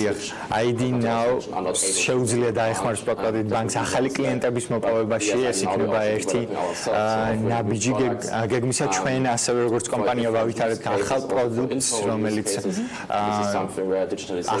სხვა სფეროში უნდა გამოვიყენოთ, რა თქმა უნდა, ეს კეთდება იმისათვის, რომ ფეხი აუწყოთ ციფრულიზაციას. და კიდევ უფრო მეტ აქტიურობას ქართულ ბაზარზე პროექტისგან კი ველოდებით ახლა სექტემბერში უკვე ვიცით, რომ ძალიან კარგი ამბები გვექნება გასაზიარებელი. მადლობა თქვენ იმსაც, რომ ვიყავით ჩვენთან ერთად. ნათია თხილაიშვილს, პროგრამის ბანკის დირექტორს და ალექსანდრ მაიერს, ID Now-ს წარმომადგენელს მას მისლობდით საქმიანი დილის ეთერში. დღეიდან კი ერთიანი ეროვნული გამოცდები იწყება შეფასების და გამოცდების ეროვნული ცენტრის ორგანიზებით. პირველი საგამოცდო დღე სულ რამდენიმე წუთის წინ ოფიციალურად დაიწყო და ყველა აბიტურიენტისათვის ინდივიდუალური განრიგის მიხედვით ორ კვირაზე მეტხანს გაგრძელდება. აბიტურიენტებისათვის პირველი ნაკადის გახსნას ტრადიციულად თათია ჩაფიჩაძე არ გამოყლებია და სწორედ ის შემოგვიერთება ახლა პირდაპირ ეთერში თათია დილამშვიდობისა. დილამშვიდობის კიდევ ერთხელ დიახ მთელი ქვეყნის მასშტაბით დღეს ერთიანი ეროვნული გამოცდები 2019 ზუსტად 9 საათზე ქართული ენისა და ლიტერატურის გამოცდით დაიწყო. გამოცდები 11 ქალაქში 23 საგამოცდო ცენტრში მიმდინარეობს და წელს 41000-ზე მეტი აბიტურიენტია დარეგისტრირებული. ჩვენ ახლა ვიმყოფებით 103 საჯარო სკოლაში, სადაც ცოტა ხნის წინ განათლებისა და მეცნიერების მინისტრის მოადგილე ირინა აბულაძე და ასევე შეფასებისა და გამოცდების ცენტრის ხელმძღვანელი სოფო გორგოძე იმყოფებოდნენ. მათ ჩვენთან საუბრისას განაცხადეს, რომ ყველა საგამოცდო ცენტრში გამოცდები ხარვეზების გარეშე დაიწყო. საგამოცდო ცენტრები აღჭურვილია კონდიცირებით, ასევე მოწესრიგებულია სველი წერტილები, რაც შეეხება დაგვიანებების ფაქტებს, ასეთი ერთეული გამონაკლისები წელსაც დაფიქსირდა, თუმცა ამის შესახებ დეტალური ინფორმაცია ოდნავ მოგვიანებით გახდება ცნობილი. 2019 წლის გამოცდები დაიწყო. გამოცდები მიმდინარეობს 23 საგამოცდო ცენტრში. გამოცდების პირველი სესია 9 საათზე დაიწყო ყველა საგამოცდო ცენტრში. ცხადია, არის ერთეული შემთხვევები, სადაც შესაძლოა აბიტურიენტმა დააგვიანა ან შეეშალა საგამოცდო ცენტრი და ყველას კიდევ ერთხელ მოუწოდებ, გადაამოწმონ საგამოცდო ბარათები. საგამოცდო პერიოდი დასრულდება 23 ივლისს ფიზიკის გამოცდით. შედეგების გამოქვეყნება დაიწყება 1 აგვისტოდან და ამ პერიოდში საგამოცდო ცენტრები იქნება სრულად მობილიზებული. საბედნიეროდ ამ ცენტრში 103 სკოლაში ვიმყოფებით, ეხლა არ აქვს დაგვიანებული აბიტურიენტები ჯერჯერობით, იმედია რომ არავინ არ დაიგვიანა და ეხლა არ მოვლენ, ასე რომ ჯერჯერობით ყველაფერი წესებისა და პროცედურების მიხედვით მიმდინარეობს. მოგვიანებით შემოგთავაზებ სტატისტიკას, თუ მთელი ქვეყნის მასშტაბით თქვათ რა იყო დაგვიანების პროცენტი. ჩვენ სხვა ცენტრებიდან ამ ეტაპზე გვაქვს ინფორმაცია, რომ ყველაფერი მშვიდად წნარად მიმდინარეობს, ყველგან დაიწყო საგამოცდო პროცესი.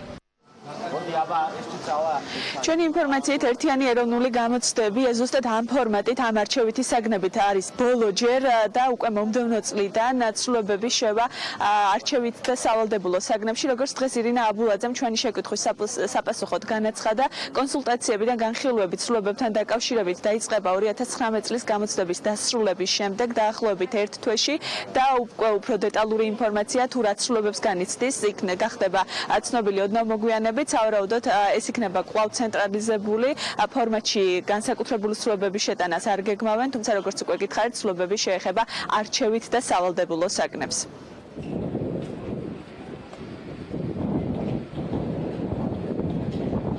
წარსადგენი კანონპროექტი, ასე ვთქვათ, პარლამენტში წარდგენა არ სჭირდება გამოცდების მოდელის ცვლილებას, იმიტომ რომ აქ არის საგნების არჩევითობაზე და სავალდებულოობაზე საუბარი, აქ შედის ცვლილებები ძირითადად 2020 წელს, თუმცა ესეც არის დასაწყისი მომავალი განვითარების გეგმის. ძირითადი ცვლილებები ცხადია ფორმატში არ შევა სავალდებულო და არჩევით საგნებთან მიმართებაში, რაზეც უკვე იყო არაერთხელ საუბარი. ფორმატი იქნება იგივე, გამოცდები იქნება ისევ ცენტრალიზებულად, როგორც წელს არის, უბრალოდ გამოცდების რაოდენობა შეეხება ცვლილება და სავალდებულო გამოცდების ნუსხაში იქნება ცვლილება. სახელი, ესე ვთქვათ, შეიძლება ისევ ერქვას ეროვნული გამოცდები, ეს პრობლემა არ არის, ანუ ცენტრალიზებულია ისევ ეროვნულ დონეზე ტარდება, ასე რომ ეხლა ეროვნულ გამოცდებს დავარქმევთ თუ სხვა რამის დავარქმევთ, გონია ამაში დიდი პრობლემა და განსხვავება არ იქნება. გაგრილების სისტემა არის ყველა ცენტრში, გარდა ხულოს ცენტრისა, იმიტომ რომ ხულოში არის მხოლოდ დილის სესია და ჩვენ გვაქვს ინფორმაცია, რომ კლიმატური პირობებიდან გამომდინარე დილით არ არის საჭირო გაგრილების სისტემა, შესაბამისად, მხოლოდ ამ ცენტრში არ დამონტაჟდა ეს სისტემა. ერთიანი ეროვნული გამოცდები აბიტურიენტებისთვის, როგორც უკვე გითხარით, დღეს დაიწყო 5 ივლისიდან უკვე მათ შეუერთდებიან საგრანტო კონკურსის მონაწილეები, 10 ივლისიდან დაიწყება მასწავლებელთა გამოცდები, ხოლო 17 ივლისს უკვე გამოცდებს ჩააბარებენ მაგისტრანტობის მსურველები. ეროვნული გამოცდები აბიტურიენტებისთვის წელს 23 ივლისს ფიზიკის გამოცდით დასრულდება, რაც შეეხება შედეგების გამოცხადება უკვე 1 აგვისტოდან დაიწყება. მადლობა თათიან, წარმატებები აბიტურიენტებს და ჩვენ განათლების თემით ვაგრძელებთ და მოგიყვებით მსოფლიოს ირგვლივ არსებული საუკეთესო უნივერსიტეტების შესახებ, რომლებსაც შეიძლება ბევრმა არც იცის, რადგან ეს ის უნივერსიტეტებია, რომლებსაც არც თუ ისე დიდი ისტორია აქვს. Times Higher Education-ის რეიტინგში მოხვედრილი უნივერსიტეტები სულ რაღაც 50 წლიანი ისტორიით არის ცნობილი და მათ შესახებ ახლა ანუკა ისაუბრებს. ანუკა, კიდევ ერთხელ მოგესალმებით. ანა, მოგესალმები კიდევ ერთხელ. Times Higher Education-ის რეიტინგში, რომელიც საუკეთესო ახალგაზრდა უნივერსიტეტებს აერთიანებს, მე-10 ადგილზე მაასტრიხტის უნივერსიტეტი მოხვდა, რომელიც 1976 წელს დაარსდა. უნივერსიტეტში 17000 სტუდენტი სწავლობს, მათგან კი 53% სხვა ქვეყნის მოქალაქეა, რომელმაც განათლების მიღების გაგრძელება სწორედ ჰოლანდიის ამ უნივერსიტეტში გადაწყვიტა. მაასტრიხტის უნივერსიტეტი უკვე წლებია ერთ-ერთი საუკეთესო ახალგაზრდა უნივერსიტეტის სტატუსს ატარებს. 1978 წელს კი უმაღლესი განათლების რეფორმის ცვლილებამ პარიზის უნივერსიტეტის რამდენიმე დამოუკიდებელ სასწავლო ერთეულად გაყოფა გამოიწვია. სორბონის უნივერსიტეტი საუკეთესო ახალგაზრდა უნივერსიტეტებს შორისაა. სორბონის უნივერსიტეტის სტუდენტებს როგორც ბაკალავრის, ისე მაგისტრისა და დოქტორის ხარისხის დიპლომის აღების შესაძლებლობას აძლევს. რეიტინგში მერვე პოზიციაზე კი სამხრეთ კორეის მეცნიერებისა და ტექნოლოგიების უნივერსიტეტი მოხვდა. ფოსტექი უნივერსიტეტი კორეაში უმაღლესი განათლების დაწესებულებებს შორის ლიდერ პოზიციაზეა. უნივერსიტეტი კი ალბათ რთული მისახვედრი არ არის, რომ აქცენტს კვლევებზე, ტექნოლოგიებსა და მეცნიერებაზე აკეთებს. სამხრეთ კორეის მეცნიერებისა და ტექნოლოგიების უნივერსიტეტს ერთი პოზიციით იტალიის წმინდა ანას სკოლა უსწრებს. სახელმწიფო უნივერსიტეტი სპეციალური სტატუსით ფუნქციონირებს და დიდ ყურადღებას სამეცნიერო საქმიანობას უთმობს. სტუდენტების მიღება კი როგორც ადგილობრივი, ისე საერთაშორისო კონკურსების საშუალებით ხდება. მეექვსე ადგილზე კვლავ სამხრეთ კორეის უნივერსიტეტი ხვდება. კაისტის უნივერსიტეტი 1971 წელს შეიქმნა და იყო პირველი ეროვნული სამეცნიერო კვლევითი და ტექნიკური სასწავლებელი ქვეყანაში. ანუკა, რეიტინგის განხილვისას სამხრეთ კორეის უკვე მეორე უნივერსიტეტი ახსენე, რა მეთოდით ხდება სწავლება ამ უნივერსიტეტში, აქცენტს თეორიულ ცოდნაზე აკეთებენ თუ პრაქტიკულს და რითია გამორჩეული? ანა, საინტერესო კითხვა, რადგან კაისტის უნივერსიტეტში მსჯელობა იმაზე თუ რაზე უნდა გაკეთდეს მთავარი აქცენტი თეორიულ თუ პრაქტიკულ ცოდნაზე უკვე დიდი ხანია დასრულდა. სტუდენტები სწავლის პარალელურად მონაწილეობას იღებენ მასშტაბური კვლევების მომზადებასა და ანალიზში, რაც მათ დამეთანხმებით, რომ დიდ გამოცდილებას აძლევს. უნივერსიტეტში 400 ლექტორი მუშაობს, რომლებიც ამ პროცესებს კურირებენ. ამ ყველაფერთან ერთად ეს უნივერსიტეტი უცხოელ სტუდენტებს სხვადასხვა სასტიპენდიო პროგრამებს სთავაზობს. ხუთეულს ჰონკონგის საქალაქო უნივერსიტეტი ხსნის, რომელიც ჰონკონგის კოულონ-ჰონის რაიონში მდებარეობს. უნივერსიტეტი 50 სასწავლო პროგრამას აერთიანებს. მისივე ოპერირების ქვეშ არის ჰონკონგის 4 კოლეჯი და 6 სკოლა. ჰონკონგის უნივერსიტეტს კი ერთი პოზიციით პარიზის სამეცნიერო უნივერსიტეტი უსწრებს, რომელიც 2010 წელს დაარსდა. მიუხედავად იმისა, რომ სასწავლო დაწესებულებას მრავალწლიანი ისტორია არ აქვს, ის მაინც ახერხებს და Times Higher Education-ის რეიტინგში მეოთხე ადგილზეა. მესამე და მეორე ადგილებს კი სინგაპურისა და შვეიცარიის უნივერსიტეტები ინაწილებენ. სინგაპურის ნანიანგის ტექნიკური უნივერსიტეტი ტექნოლოგიებისა და ეკონომიკის მიმართულებით საგანმანათლებლო პროგრამების ფართო არჩევანს გთავაზობს. უნივერსიტეტის კამპუსი 16 კორპუსს აერთიანებს, რომელიც საერთო საცხოვრებელსაც მოიცავს, რომლითაც როგორც სტუდენტები, ისე ლექტორები სარგებლობენ. მეორე ადგილზე კი შვეიცარიის ლუზანაში მდებარე ფედერალური პოლიტექნიკური სკოლა მოხვდა. უნივერსიტეტს 1979 წლიდან ტექნოლოგიური სასწავლო დაწესებულების სტატუსი აქვს და ევროპაში ერთ-ერთ პრესტიჟულ სასწავლებლად ითვლება. საუკეთესო ახალგაზრდა უნივერსიტეტის წოდება კი ჰონკონგის მეცნიერებისა და ტექნოლოგიების უნივერსიტეტს ერგო, რომელიც ჰონკონგის კლიფ-ვეით ბეის რაიონში მდებარეობს. უნივერსიტეტი 1991 შეიქმნა და 4 ძირითად მიმართულებას აერთიანებს. ისეთ მიმართულებებს, როგორებიცაა ბიზნესი, საინჟინრო, სოციოლოგია და ჰუმანიტარული. სხვადასხვა რეიტინგების თანახმად ჰონკონგის მეცნიერებისა და ტექნოლოგიების უნივერსიტეტი ქალაქის 3 საუკეთესო უნივერსიტეტს შორის სახელდება და ასევე სახელდება აზიის საუკეთესო სასწავლო დაწესებულებებს შორისაც. ყველაზე დიდი პოპულარობით კი ჰონკონგის მეცნიერებისა და ტექნოლოგიების უნივერსიტეტის ბიზნესის სკოლა სარგებლობს. მადლობა ანუკას საინტერესო მიმოხილვის და ინფორმაციისთვის. ჩვენ რეკლამაზე უნდა გავიდეთ, რამდენიმე წუთში დაგიბრუნდებით საინტერესო თემებით და სტუმრებით დროებით.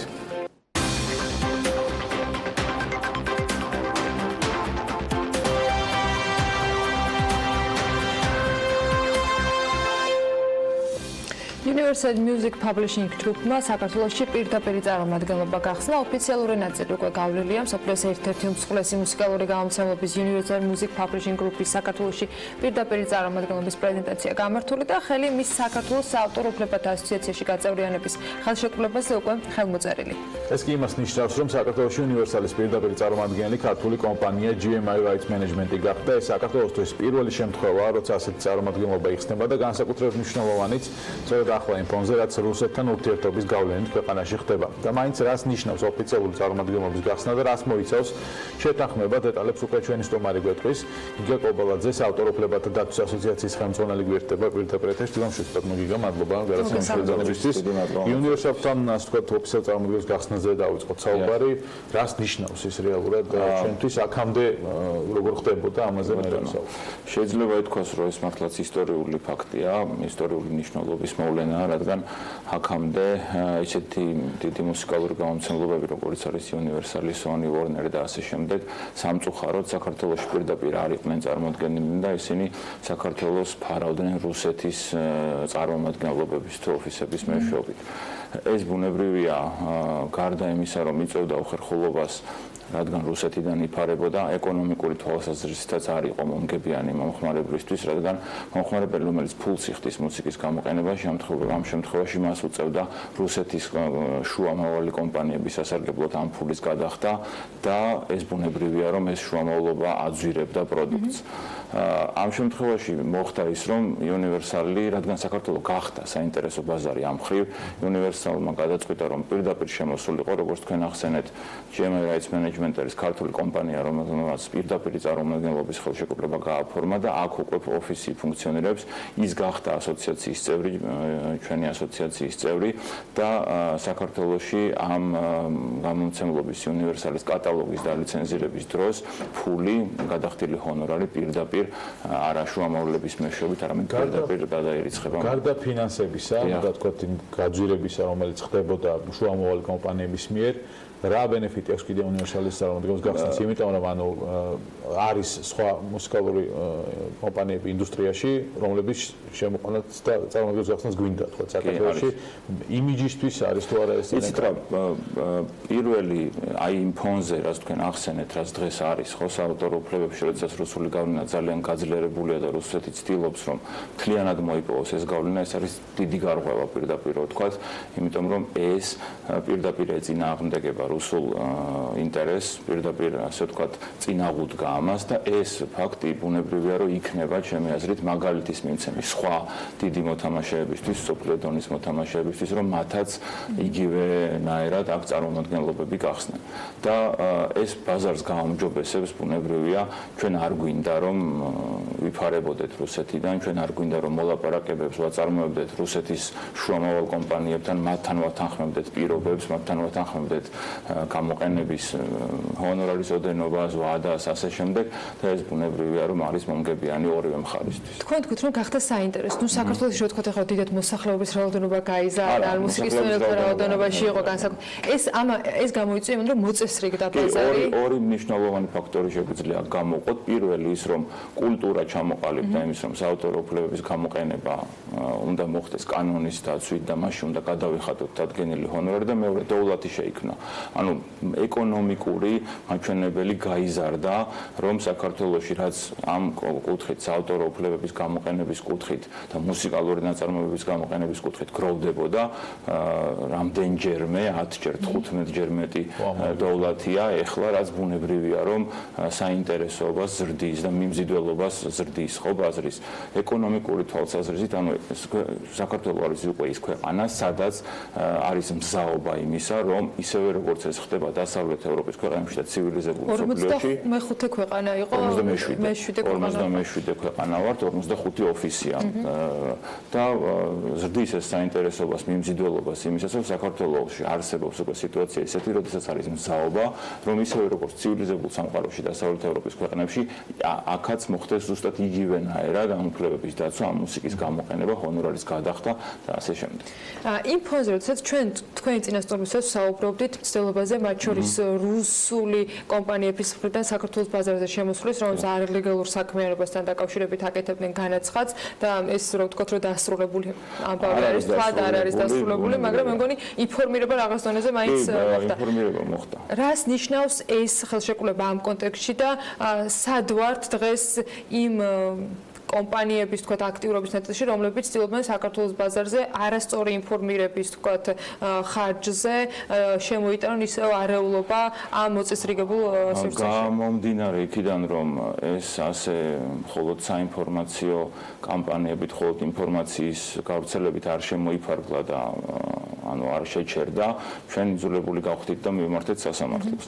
დღესდღეობით ვიმყოფებით სასამართლო პროცესში, ასე ვთქვათ, და ველოდებით სასამართლოს გადაწყვეტილებას, როდესაც მისი ძალით მოხდება ასეთი მცდელობის აღკვეთა ჩვენთან და ბუნებრივია, რომ ეს ერთი მხრივ რომ ხელს შეუშლის იმას, რომ ის განვითარების დინამიკა, რომელიც ჩვენს გვაქვს, შენარჩუნდეს და მეორე მხრივ აღკვეთავს იმ უკანონობას, არალეგალურ საქმიანობას, რომელსაც ისინი ცდილობენ, რომ განახორციელონ საქართველოში და ამ კუთხით ცდილობენ, რომ ბაზარზე დისონანსი შემოიტანონ, სიტუაცია გააუარესონ და საქართველო, რომელიც დღეს არის ნამდვილად შემიძლია თამამად ყავით ამ დაბლობის გარეშე თქვა, რომ არის საქართველო დღეს მსოფლიო რუკაზე როგორც ერთ-ერთი თვალსაჩინო წარმომადგენელი ამ კუთხით ეს მდგომარეობა უარესობის პირველ ინსტანციაშია ჯერ ეხლა ეს ახალი სულ ახალი ასე ვთქვათ პროცესია რამდენიმე თვის სასამართლო მოგეხსენებათ რომ არ არის მოკლევადიანი ხო სამწუხაროდ რასიზამთ და ეხლა დაიწყო და გვაქვს იმედი რომ მალევე მოხდება გადაწყვეტილების მიღება. ანუ ეს პროცესი გადავიდა სამართლებრივ ნაწილში, უკვე სასამართლოზე, კი ბატონო, გასაგებია. რაც შეეხება გეგმებს, ასე ვთქვათ, საომალოს, ზოგადად ეს ურთიერთობები ამ ტიპის, ვთქვათ, უნივერსალის ტიპის ოფისის გახსნა წარმომადგენლობის როგორ ხდება, ანუ მუშაობთ თუ არა საერთაშორისო კომპანიებთან? კი, მუშაობთ ჩვენ მუშაობთ ჩვენი კომპეტენციის და უფლებამოსილების ფარგლებში, ანუ ჩვენ ვართ რეკომენდატორები იმისა, რომ ასეთი წარმომადგენლობები გაიხსნას და საქართველოში არა მარტო GMI Rights Management, არამედ სხვა კომპანიებიც არსებობენ უკვე, ვისაც შეუძლია რომ ეს პირობები დააკმაყოფილოს და ვისაც შეუძლია რომ თამამად ელაპარაკოს, თამამად განიხილოს ეს წინადადებები და ასეთი კავშირები და ასეთი კომუნიკაცია მიდის ინტენსიურად და მე იმედი მაქვს და ძალიან დიდი იმედი მაქვს იმის, რომ საქართველოს ჩაეწერება იმ ქვეყნების რიგში, სადაც აი 47 ქვეყანაში, სადაც ყველა დიდ მუსიკალურ გამომცემლობას წარმოადგენელი აქვს, წარმომადგენლობა პირდაპირი და არ ოპერირებს შუამავლების მეშვეობით. ჭირდება ისეთი კავშირები, როგორც ამ შემთხვევაში საქართველოს რუსეთის გავლით უხდება. განსაკუთრებით მას შეუძლია რუსეთის გავლით იფარება და არა დაუშვათ პარიზის ან ჩვენ თვით განსაკუთრებით ერთული არის, მაგრამ ფინანსურ ნაწილში თუ დაახლოებით გაქვს დათვლილი, რამდენით გაიაფდება ამ შემთხვევაში ქართული კომპანიების დაახლოებით? მე როგორც ვიცი, დაახლოებით 25%-ით საშუალოდ 25%-ით უფრო იაფი გამოვა პროდუქტი, რომელსაც უნივერსალის კატალოგის გამოყენებისთვის გადაიხდიან და ეს მნიშვნელოვანი შეღავათია გამომდინარე იქიდან, რომ როდესაც მაგალითად ხდება გამოყენება მუსიკის ფილმში ან რეკლამაში, საკმაოდ მაღალია ხოლმე ფასი ასეთი მუსიკის და 25% თუ ფულად გამოხატულებაში არ არის ცოტა ნამდვილად. ბატონო გია, ჩვენ გქონდა საშუალება რომ ანგარიში, ასე ვთქვათ, გაგვეცნო მაყურებლისთვის თქვენი ასოციაციის 2019 წლის ნახევარი ფაქტიურად მიიღია, როგორ მიმდინარეობს, ასე ვთქვათ, ეს წელი არის თუ არა ისევ ის ზრდის დინამიკა. ჩვენ დაგეგმილი გვაქვს ამ წელსაც დაახლოებით 10%-იანი ზრდა წინა წელთან შედარებით. ბუნებრივია ამ მიმდინარე მოვლენებმა კრიზისული მდგომარეობა შექმნა და გარკვეული შეფერხებები გამოიწვია, თუმცა ტენდენცია ისეთია, რომ ეს 10%-იანი ზრდა შენარჩუნდება. გამომდინარე იქიდან, რომ ბაზარი იზრდება, ჩვენ ასე ვთქვათ, მეტად ვითვისებთ უფრო ამ ბაზარს. ამ წელს გვაქვს დაგეგმილი ასევე ორი დიდი სეგმენტის, ახალი სეგმენტის დაწყება ლიცენზირების კუთხით და შესაბამისად ეს ზრდა შენარჩუნდება, ტენდენცია უნდა შენარჩუნდეს. ეს არის აუდიოვიზუალური ნაწარმოებების ლიცენზირება და ასევე ეს გახლავთ ფიზიკური პირების მიერ პირადი სარგებლობისთვის გამოყენებული მატერიალური მოწყობილობების და ტექნიკური საშუალებების ლიცენზირება, რომელიც შემოდის, ანუ რომლის იმპორტიც ხდება ქვეყანაში, ეს ეხება CD, USB, ფლეში და ყველა ის მოწყობილობა, რომელზეც შეიძლება ჩაიწეროს მუსიკალური ნაწარმოები. ეს არსებობს სოფლიოში ყველგან, არსებობს ჩვენთანაც კანონმდებლობით, თუმცა აღსრულების ნაწილში აიხლა ვაპირებთ, რომ დავიწყოთ ეს პროცესი. იმიტომ რომ მსოფლიოს ყველა ქვეყანაში თითქმის ეს დარეგულირებულია და ამ კუთხითაც იმპორტიორები ან წარმოებლები, ნუ ჩვენს შემთხვევაში იმპორტიორებიდან ასეთი რაღაცები ჩვენთან ასეთი მოწყობილობები არ იწარმოება, ვალდებულნი არიან რომ იხდიდნენ ჰონორარს. წარმატებას გისურვებ. დიდი საქმე ქონია 2019-თვის. სიახლეებს აუცილებლად კიდევ გაუზიარებთ ჩვენს მაყურებელს. გიგა კოპალაძე საავტორო უფლებათა დაცვის ასოციაციის ხელმძღვანელის მასპინძლობებით საქმიანი დილის ეთერში და გილოცავთ კიდევ ერთხელ შეთანხმებას, რომელიც რაღაც 2 დღის წინ გაფორმდა. ამ უქმეებზე ლევან თაღიაშვილმა Fuck-up Night-ის აღმასრულებელ დირექტორთან ინტერვიუ ჩაწერა, რომელიც საქართველოს რამდენიმე დღით ესტუმრა. ლევან, კიდევ ერთხელ უნდა დაგვატიჭოთ საქმიანი დილის ეთერში, როგორია ამ ღონისძიების ისტორია, რომელიც უკვე 300-ზე მეტ ქალაქში არსებობს და 19 ქვეყანას აერთიანებს. საქართველოს პოზიციები როგორ გამოიყურება? Fuck-up Night საკმაოდ საინტერესო ისტორია აქვს, როგორც მისმა აღმასრულებელმა დირექტორმა იანიკ კვიკმა მოგვიყვა. მისი იდეა რამდენიმე წლის წინ მექსიკაში დაიბადა, როდესაც 5 მეგობარმა რამდენიმე ჭიქა ტეკილას შემდეგ გადაწყვიტა საკუთარ პროფესიულ შეცდომებსა და მარცხზე მოეყოლა ერთმანეთისთვის. მეგობრები მიხვდნენ, რომ მიუხედავად მათი ახლო ურთიერთობისა, ძალიან ცოტა რამ იცოდნენ ერთმანეთის მარცხის შესახებ და სწორედ ამიტომ დაარსეს Fuck-up Night-ი და უფრო ფართო მასშტაბები მისცეს ამ ყველაფერს. დღეს ეს მოძრაობა 300-მდე ქალაქში არსებობს და აერთიანებს იმ ადამიანებს, ვინც საკუთარი მარცხის ისტორიით ცდილობს სხვებს დაანახოს, რომ შეცდომები კარიერულ თუ პირად ცხოვრებაში გარდაუვალია და ამაში განსაკუთრებული არაფერია. პირველი კითხვა იანიკ კვიკს ხადია საქართველოში არსებულ მოვლენებზე დაუსვით, რადგან რუსული ტურისტული ემბარგო ერთგვარი მარცხია ჩვენი ქვეყნისთვის. ვნახოთ, რა გვიპასუხა Fuck-up Night-ის აღმასრულებელმა დირექტორმა, რომელიც ისეთ კომპანიებსა დახმარებია, როგორიცაა Red Bull, Disney, Marriott, Disney World და PepsiCo.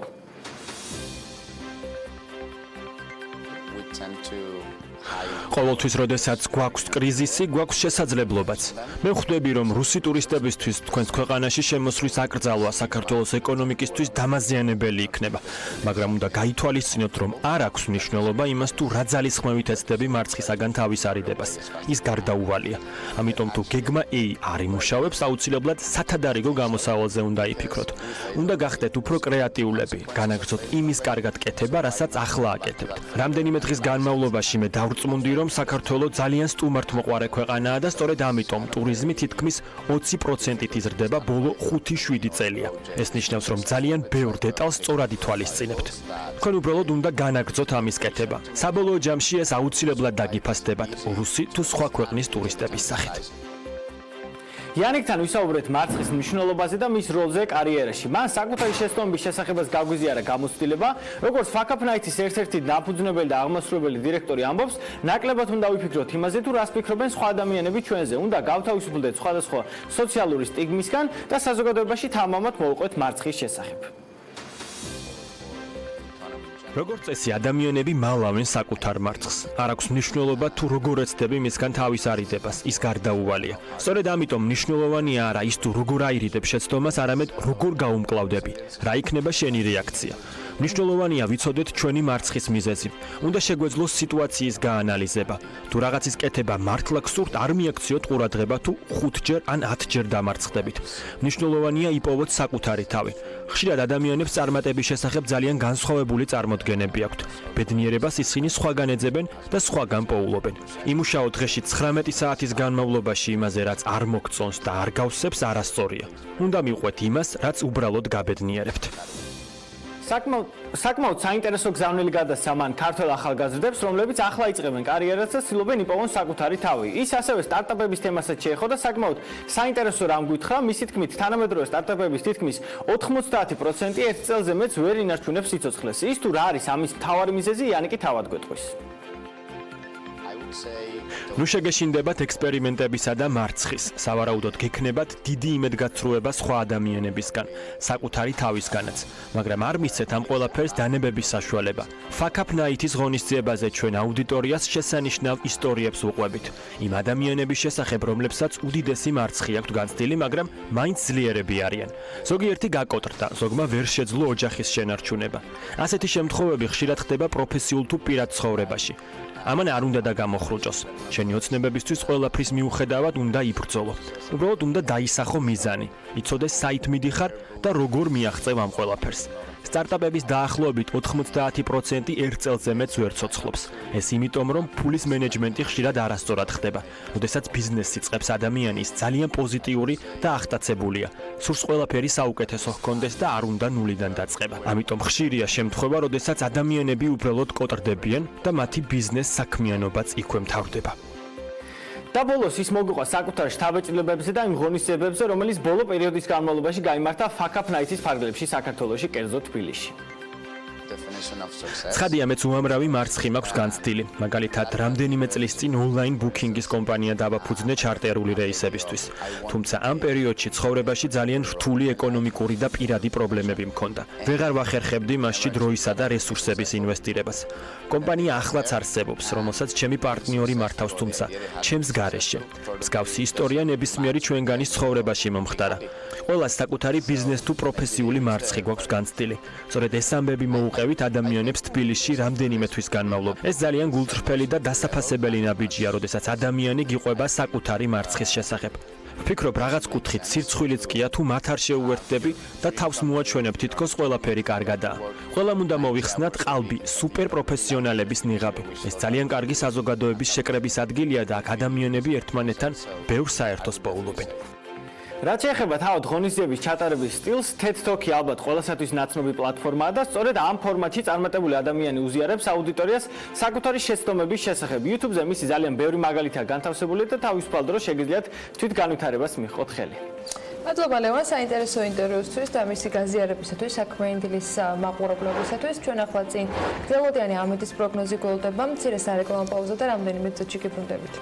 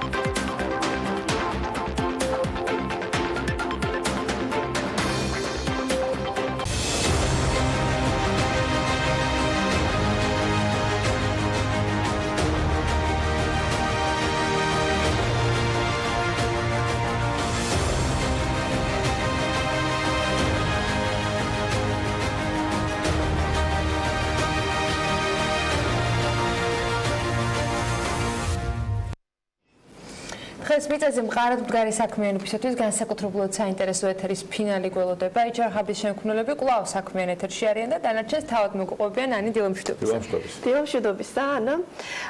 HR Hub-ში სიახლეები გვაქვს. ჩვენი ღონისძიებები ბათუმშიც გაიმართება. პირველი ღონისძიება 9 ივლისს სასტუმრო ინტურისტში ჩატარდება. ყველა ვინც დაინტერესებულია ადამიანური რესურსების მართვის სფეროთი შეუძლია დაესწროს შეხვედრას. ასევე ვემზადებით კამპანიისთვის, რომელიც შიდა ტურიზმის მხარდაჭერაში HR მენეჯერების ჩართვას ითვალისწინებს. HR Hub-ზე გამოქვეყნდება ამაზე ინფორმაცია. HR Hub-ის რუბრიკაში კი დღეს პილოტისა და ბორტგამცილებლის პროფესიებზე ვისაუბრებთ. გვექნება პირდაპირი ჩართვა MyWay Airlines-ის თვითმფრინავიდან. პილოტი ერთ-ერთი ყველაზე რთული პროფესია მსოფლიოში, რადგან პასუხს აგებს უამრავი ადამიანის სიცოცხლეზე. ასევე ბორტგამცილებელი, რომელიც ხმელეთიდან 1000-ობით მეტრის მეშვეობით ზრუნავს ადამიანების უსაფრთხოებაზე. რა კრიტერიუმებსა და მოთხოვნებს უნდა აკმაყოფილებდნენ ადამიანები, რომელთაც სურთ ამ პროფესიას დაეუფლონ, ამის შესახებ ინფორმაციას ანა გზირიშვილი მოგვაწვდის, რომელიც პირდაპირ თვითმფრინავიდან ჩაგვართვება სტუმრებთან ერთად. ანა, კეთილი იყოს შენი სტუმრობა MyWay Airlines-ის ბორტზე. დიდი მადლობა დილა მშვიდობისა, მივესალმები საქმიანი დილის მაყურებელს. დიახ, მე ვიმყოფები MyWay Airlines-ის Boeing 737-8-ში. ჩემთან ერთად იმყოფება კომერციული კომპანიის კომერციული დირექტორი ბატონი იგორ აფციაური, რომელიც ასე რომ ვთქვათ, მეგზურობას გაგვიწევს დღეს ამ თვითმფრინავში. ბატონო იგორ, მე მინდა გკითხოთ MyWay Airlines-ის შესახებ რა მიმართულებით ასრულებთ ძირითადად ფრენებს და რამდენი ხანია რაც ოპერირებთ საქართველოს ბაზარზე? მოგესალმებით, მივესალმებით თქვენ მაყურებელს. მინდა ყველას წარმატებული კვირა უსურვო. ჩვენ ამჟამად დავფრინავთ თბილისი თელავივის მიმართულებით 3 სიხშირით კვირაში. დიდი ალბათობით ჩვენ ივლისიდან დავამატებთ კიდევ სიხშირეებს. ჩვენ ასევე დავფრინავთ ჟუკოვსკის მიმართულებით, თუმცა მოგეხსენებათ, რომ 8 ივლისიდან შეწყდება ყველანაირი ფრენები საქართველოს და რუსეთს შორის. ამიტომ ჩვენ ამითი ავჩერდებით. გვექნება ძალიან ბევრი ჩარტერული პროგრამები, რასაც ჩვენ ახლა ზაფხულის სეზონზე შემოთავაზებთ. ჩვენ გზავრებს და ასევე ალბათ უფრო სექტემბრისთვის გამოვაცხადებთ კიდევ უფრო მეტ რეგულარულ ფრენებს. როგორც იცი, ამ ეტაპზე 2 ბოინგი გაქვთ, ხო? ამ ეტაპზე ყავს 2 ბოინგი 737-800, 170 ადგილიანი, როგორც ხედავთ 8 ადგილი არის ბიზნეს კლასში და 162 ეკონომ კლასში. ჩვენ ასევე ველოდებით მესამე ბორტს, რომელიც ამ წლის ბოლომდე უკვე იქნება ჩვენ ასე ვთქვათ ავიაპარკში. ალბათ სიმბოლურია ისიც, რომ ბოინგი, სადაც ახლა ჩვენ ვიმყოფებით, სწორედ მოსკოვში ასრულებს დღეს ფრენას. აქვე მინდა გკითხოთ, როგორც იცი, 200-მდე თანამშრომელი ამ ეტაპზე დასაქმებული თქვენს კომპანიაში, საინტერესო რა უპირატესობებით სარგებლობენ ისინი, თქვათ, თუ აქვთ შეღავათები ფრენაზე და ასე შემდეგ. რა თქმა უნდა, მათ როგორც ყველა ავიაკომპანიაში აქვთ მათთვის და მათ ოჯახის წევრებისთვის წელიწადში აქვთ ერთი უფასო ბილეთი ჩვენ მიმართულებებზე და ასევე სარგებლობენ ნებისმიერ ჩვენ რეისზე, ასე ვთქვათ, ID staff ბილეთებით, რომელიც გულისხმობს 90%-მდე ფასდაკლებას, თუ რეალურად გაფრენამდე არის ბორტზე ადგილები დარჩენილი, რაც ჩვენ შემთხვევაში ძალიან იშვიათად ხდება ხოლმე. ეს საკმაოდ მნიშვნელოვანია ადამიანებისთვის, განსაკუთრებით მათთვის, ვისაც უყვარს მოგზაურობა. დიდი მადლობა, ახლა მე მინდა გადავინაცვლო და გაგაცნოთ ბორტგამცირებელი. მოგეხსენებათ, საკმაოდ რთული პროფესია, შეიძლება იფიქრონ და ბევრი ადამიანისთვის ეს არის ძალიან მომხიბვლელი და შეიძლება ერთი შეხედვით მარტივით, თუმცა საკმაოდ დიდ სირთულეებთან არის დაკავშირებული. მინდა გაგაცნოთ MyWay Airlines-ის ბორტგამცირებელი მანჩო დილა მშვიდობისა. მიხარია რომ პატივი მხვდა თქვენი გაცნობის. მინდა გკითხოთ პირველ რიგში, როგორ გადაწყვიტეთ, რომ გამხდარიყავით ბორტგამცირებელი? რატომ იგეთ ეს გადაწყვეტილება? ანუ ძალიან მომწონს ეს პროფესია, ძალიან ბევრ ხალხთან მიწევს კომუნიკაცია, ეს განურჩევლად რელიგიისა თუ ეროვნების დიახ და ძალიან საინტერესოს ხდის ამ სამსახურს ესაუბრე. რამდენი წელია რაც ბორტგამცირებელი? 6 წელია. საკმაოდ დიდი პერიოდია. ასე მინდა გკითხოთ, რა მოთხოვნებს უნდა აკმაყოფილებდეს ადამიანი, რომელსაც სურს რომ გახდეს ბორტგამცირებელი?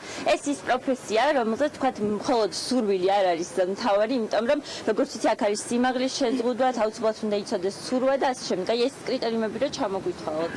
დიახ, ესე იგი, პირველ რიგში მრავალ სხვადასხვა კომპანიებს აქვთ სხვადასხვა კრიტერიუმები, მაგრამ ჩვენს აქვს, რა თქმა უნდა, უნდა იცოდეს სურვა, უნდა იცოდეს რამოდენიმე სხვადასხვა ენა და სიმაღლის შეზღუდვაც არის, კი, რა თქმა უნდა წვდებოდეს თვითმფრინავში თაროებს, ანუ მაგიტომ არის ეს დაწესებული კი შესაბამისად. და სად შეიძლება დავეუფლოთ, მაგალითად, ვისაც ძალიან ბევრი ადამიანი გვიყურებს, ვისაც შეიძლება სურვილი ჰქონდეს, რომ გახდეს ბორტგამცირებელი, სად შეიძლება დავეუფლოთ ამ პროფესიას? საავიაციო უნივერსიტეტში შეგიძლიათ დაეუფლოთ ამ პროფესიას, ასევე თუ კომპანია აგიყვანთ, კომპანია გადაგასწავლით და შემდეგ აგიყვანთ. ძალიან კარგი. ახლა კი მინდა დიდი მადლობა მან. ახლა კი მინდა გადავინაცვლო ფრინავის კაბინაში, სადაც შესვლის უფლება თითქმის საერთოდ არავის არ აქვს მგზავრებს. მინდა გაგაცნოთ ჩვენი პილოტი დავით დილა მშვიდობის და მოხარული ვარ რომ ვიმყოფები პირველი შემთხვევაა სადაც სხვათა შორის რაც ვიმყოფები პილოტის კაბინაში. საკმაოდ ძალიან ბევრი ღილაკია ახლა ჩვენს გარშემო. პირველ რიგში მინდა აღნიშნო რომ უკვე ვფიქრობ რომ ძალიან რთული პროფესია, იმიტომ რომ საკმაოდ რთულია ამდენ ღილაკში თქვა დაიმახსოვრ რომ რისთვის არის განკუთვნილი. მე მინდა გკითხოთ რატომ გადაწყვიტეთ რომ გამხდარიყავით მფრინავი და დაუფლებოდით ამ პროფესიას. ბავშვობიდანვე ახლო შეხება მქონდა ავიაციასთან და ბავშვობიდანვე გადაწყვეტილი მქონდა რომ გავხდებოდი მფრინავი. დიდი ხანია რაც ამ პროფესიას დაუფლეთ? დაახლოებით 8 წელიწადია. ადამიანებს ვისაც სურთ რომ გახდნენ მფრინავები, რა არის საჭირო ამისთვის? გარდა იმისა, რომ თქვა ავიაცია უნივერსიტეტში უნდა ჩააბარონ. თუ არის რაღაც თქვა გარკვეული უნარჩვევები, რომელსაც აუცილებლად უნდა ჰქონდეს ადამიანს რომ გახდეს მფრინავი? ნუ მარტო მონდომება არ არის საკმარისი, რა თქმა უნდა, სწავლა და ასევე ჯანმრთელობა უნდა უწყობდეს ხელს. თქვენი აზრით რა არის ყველაზე რთული მფრინავის პროფესიაში? ყველაზე რთული, ჩემთვის ალბათ ყველაზე რთული არის ლოდინი. ლოდინი. დიახ, ის ჩვენც ისევე არ გვიყვარს ლოდინი, როგორც მგზავრებს გაფრენის წინ. გასაგებია.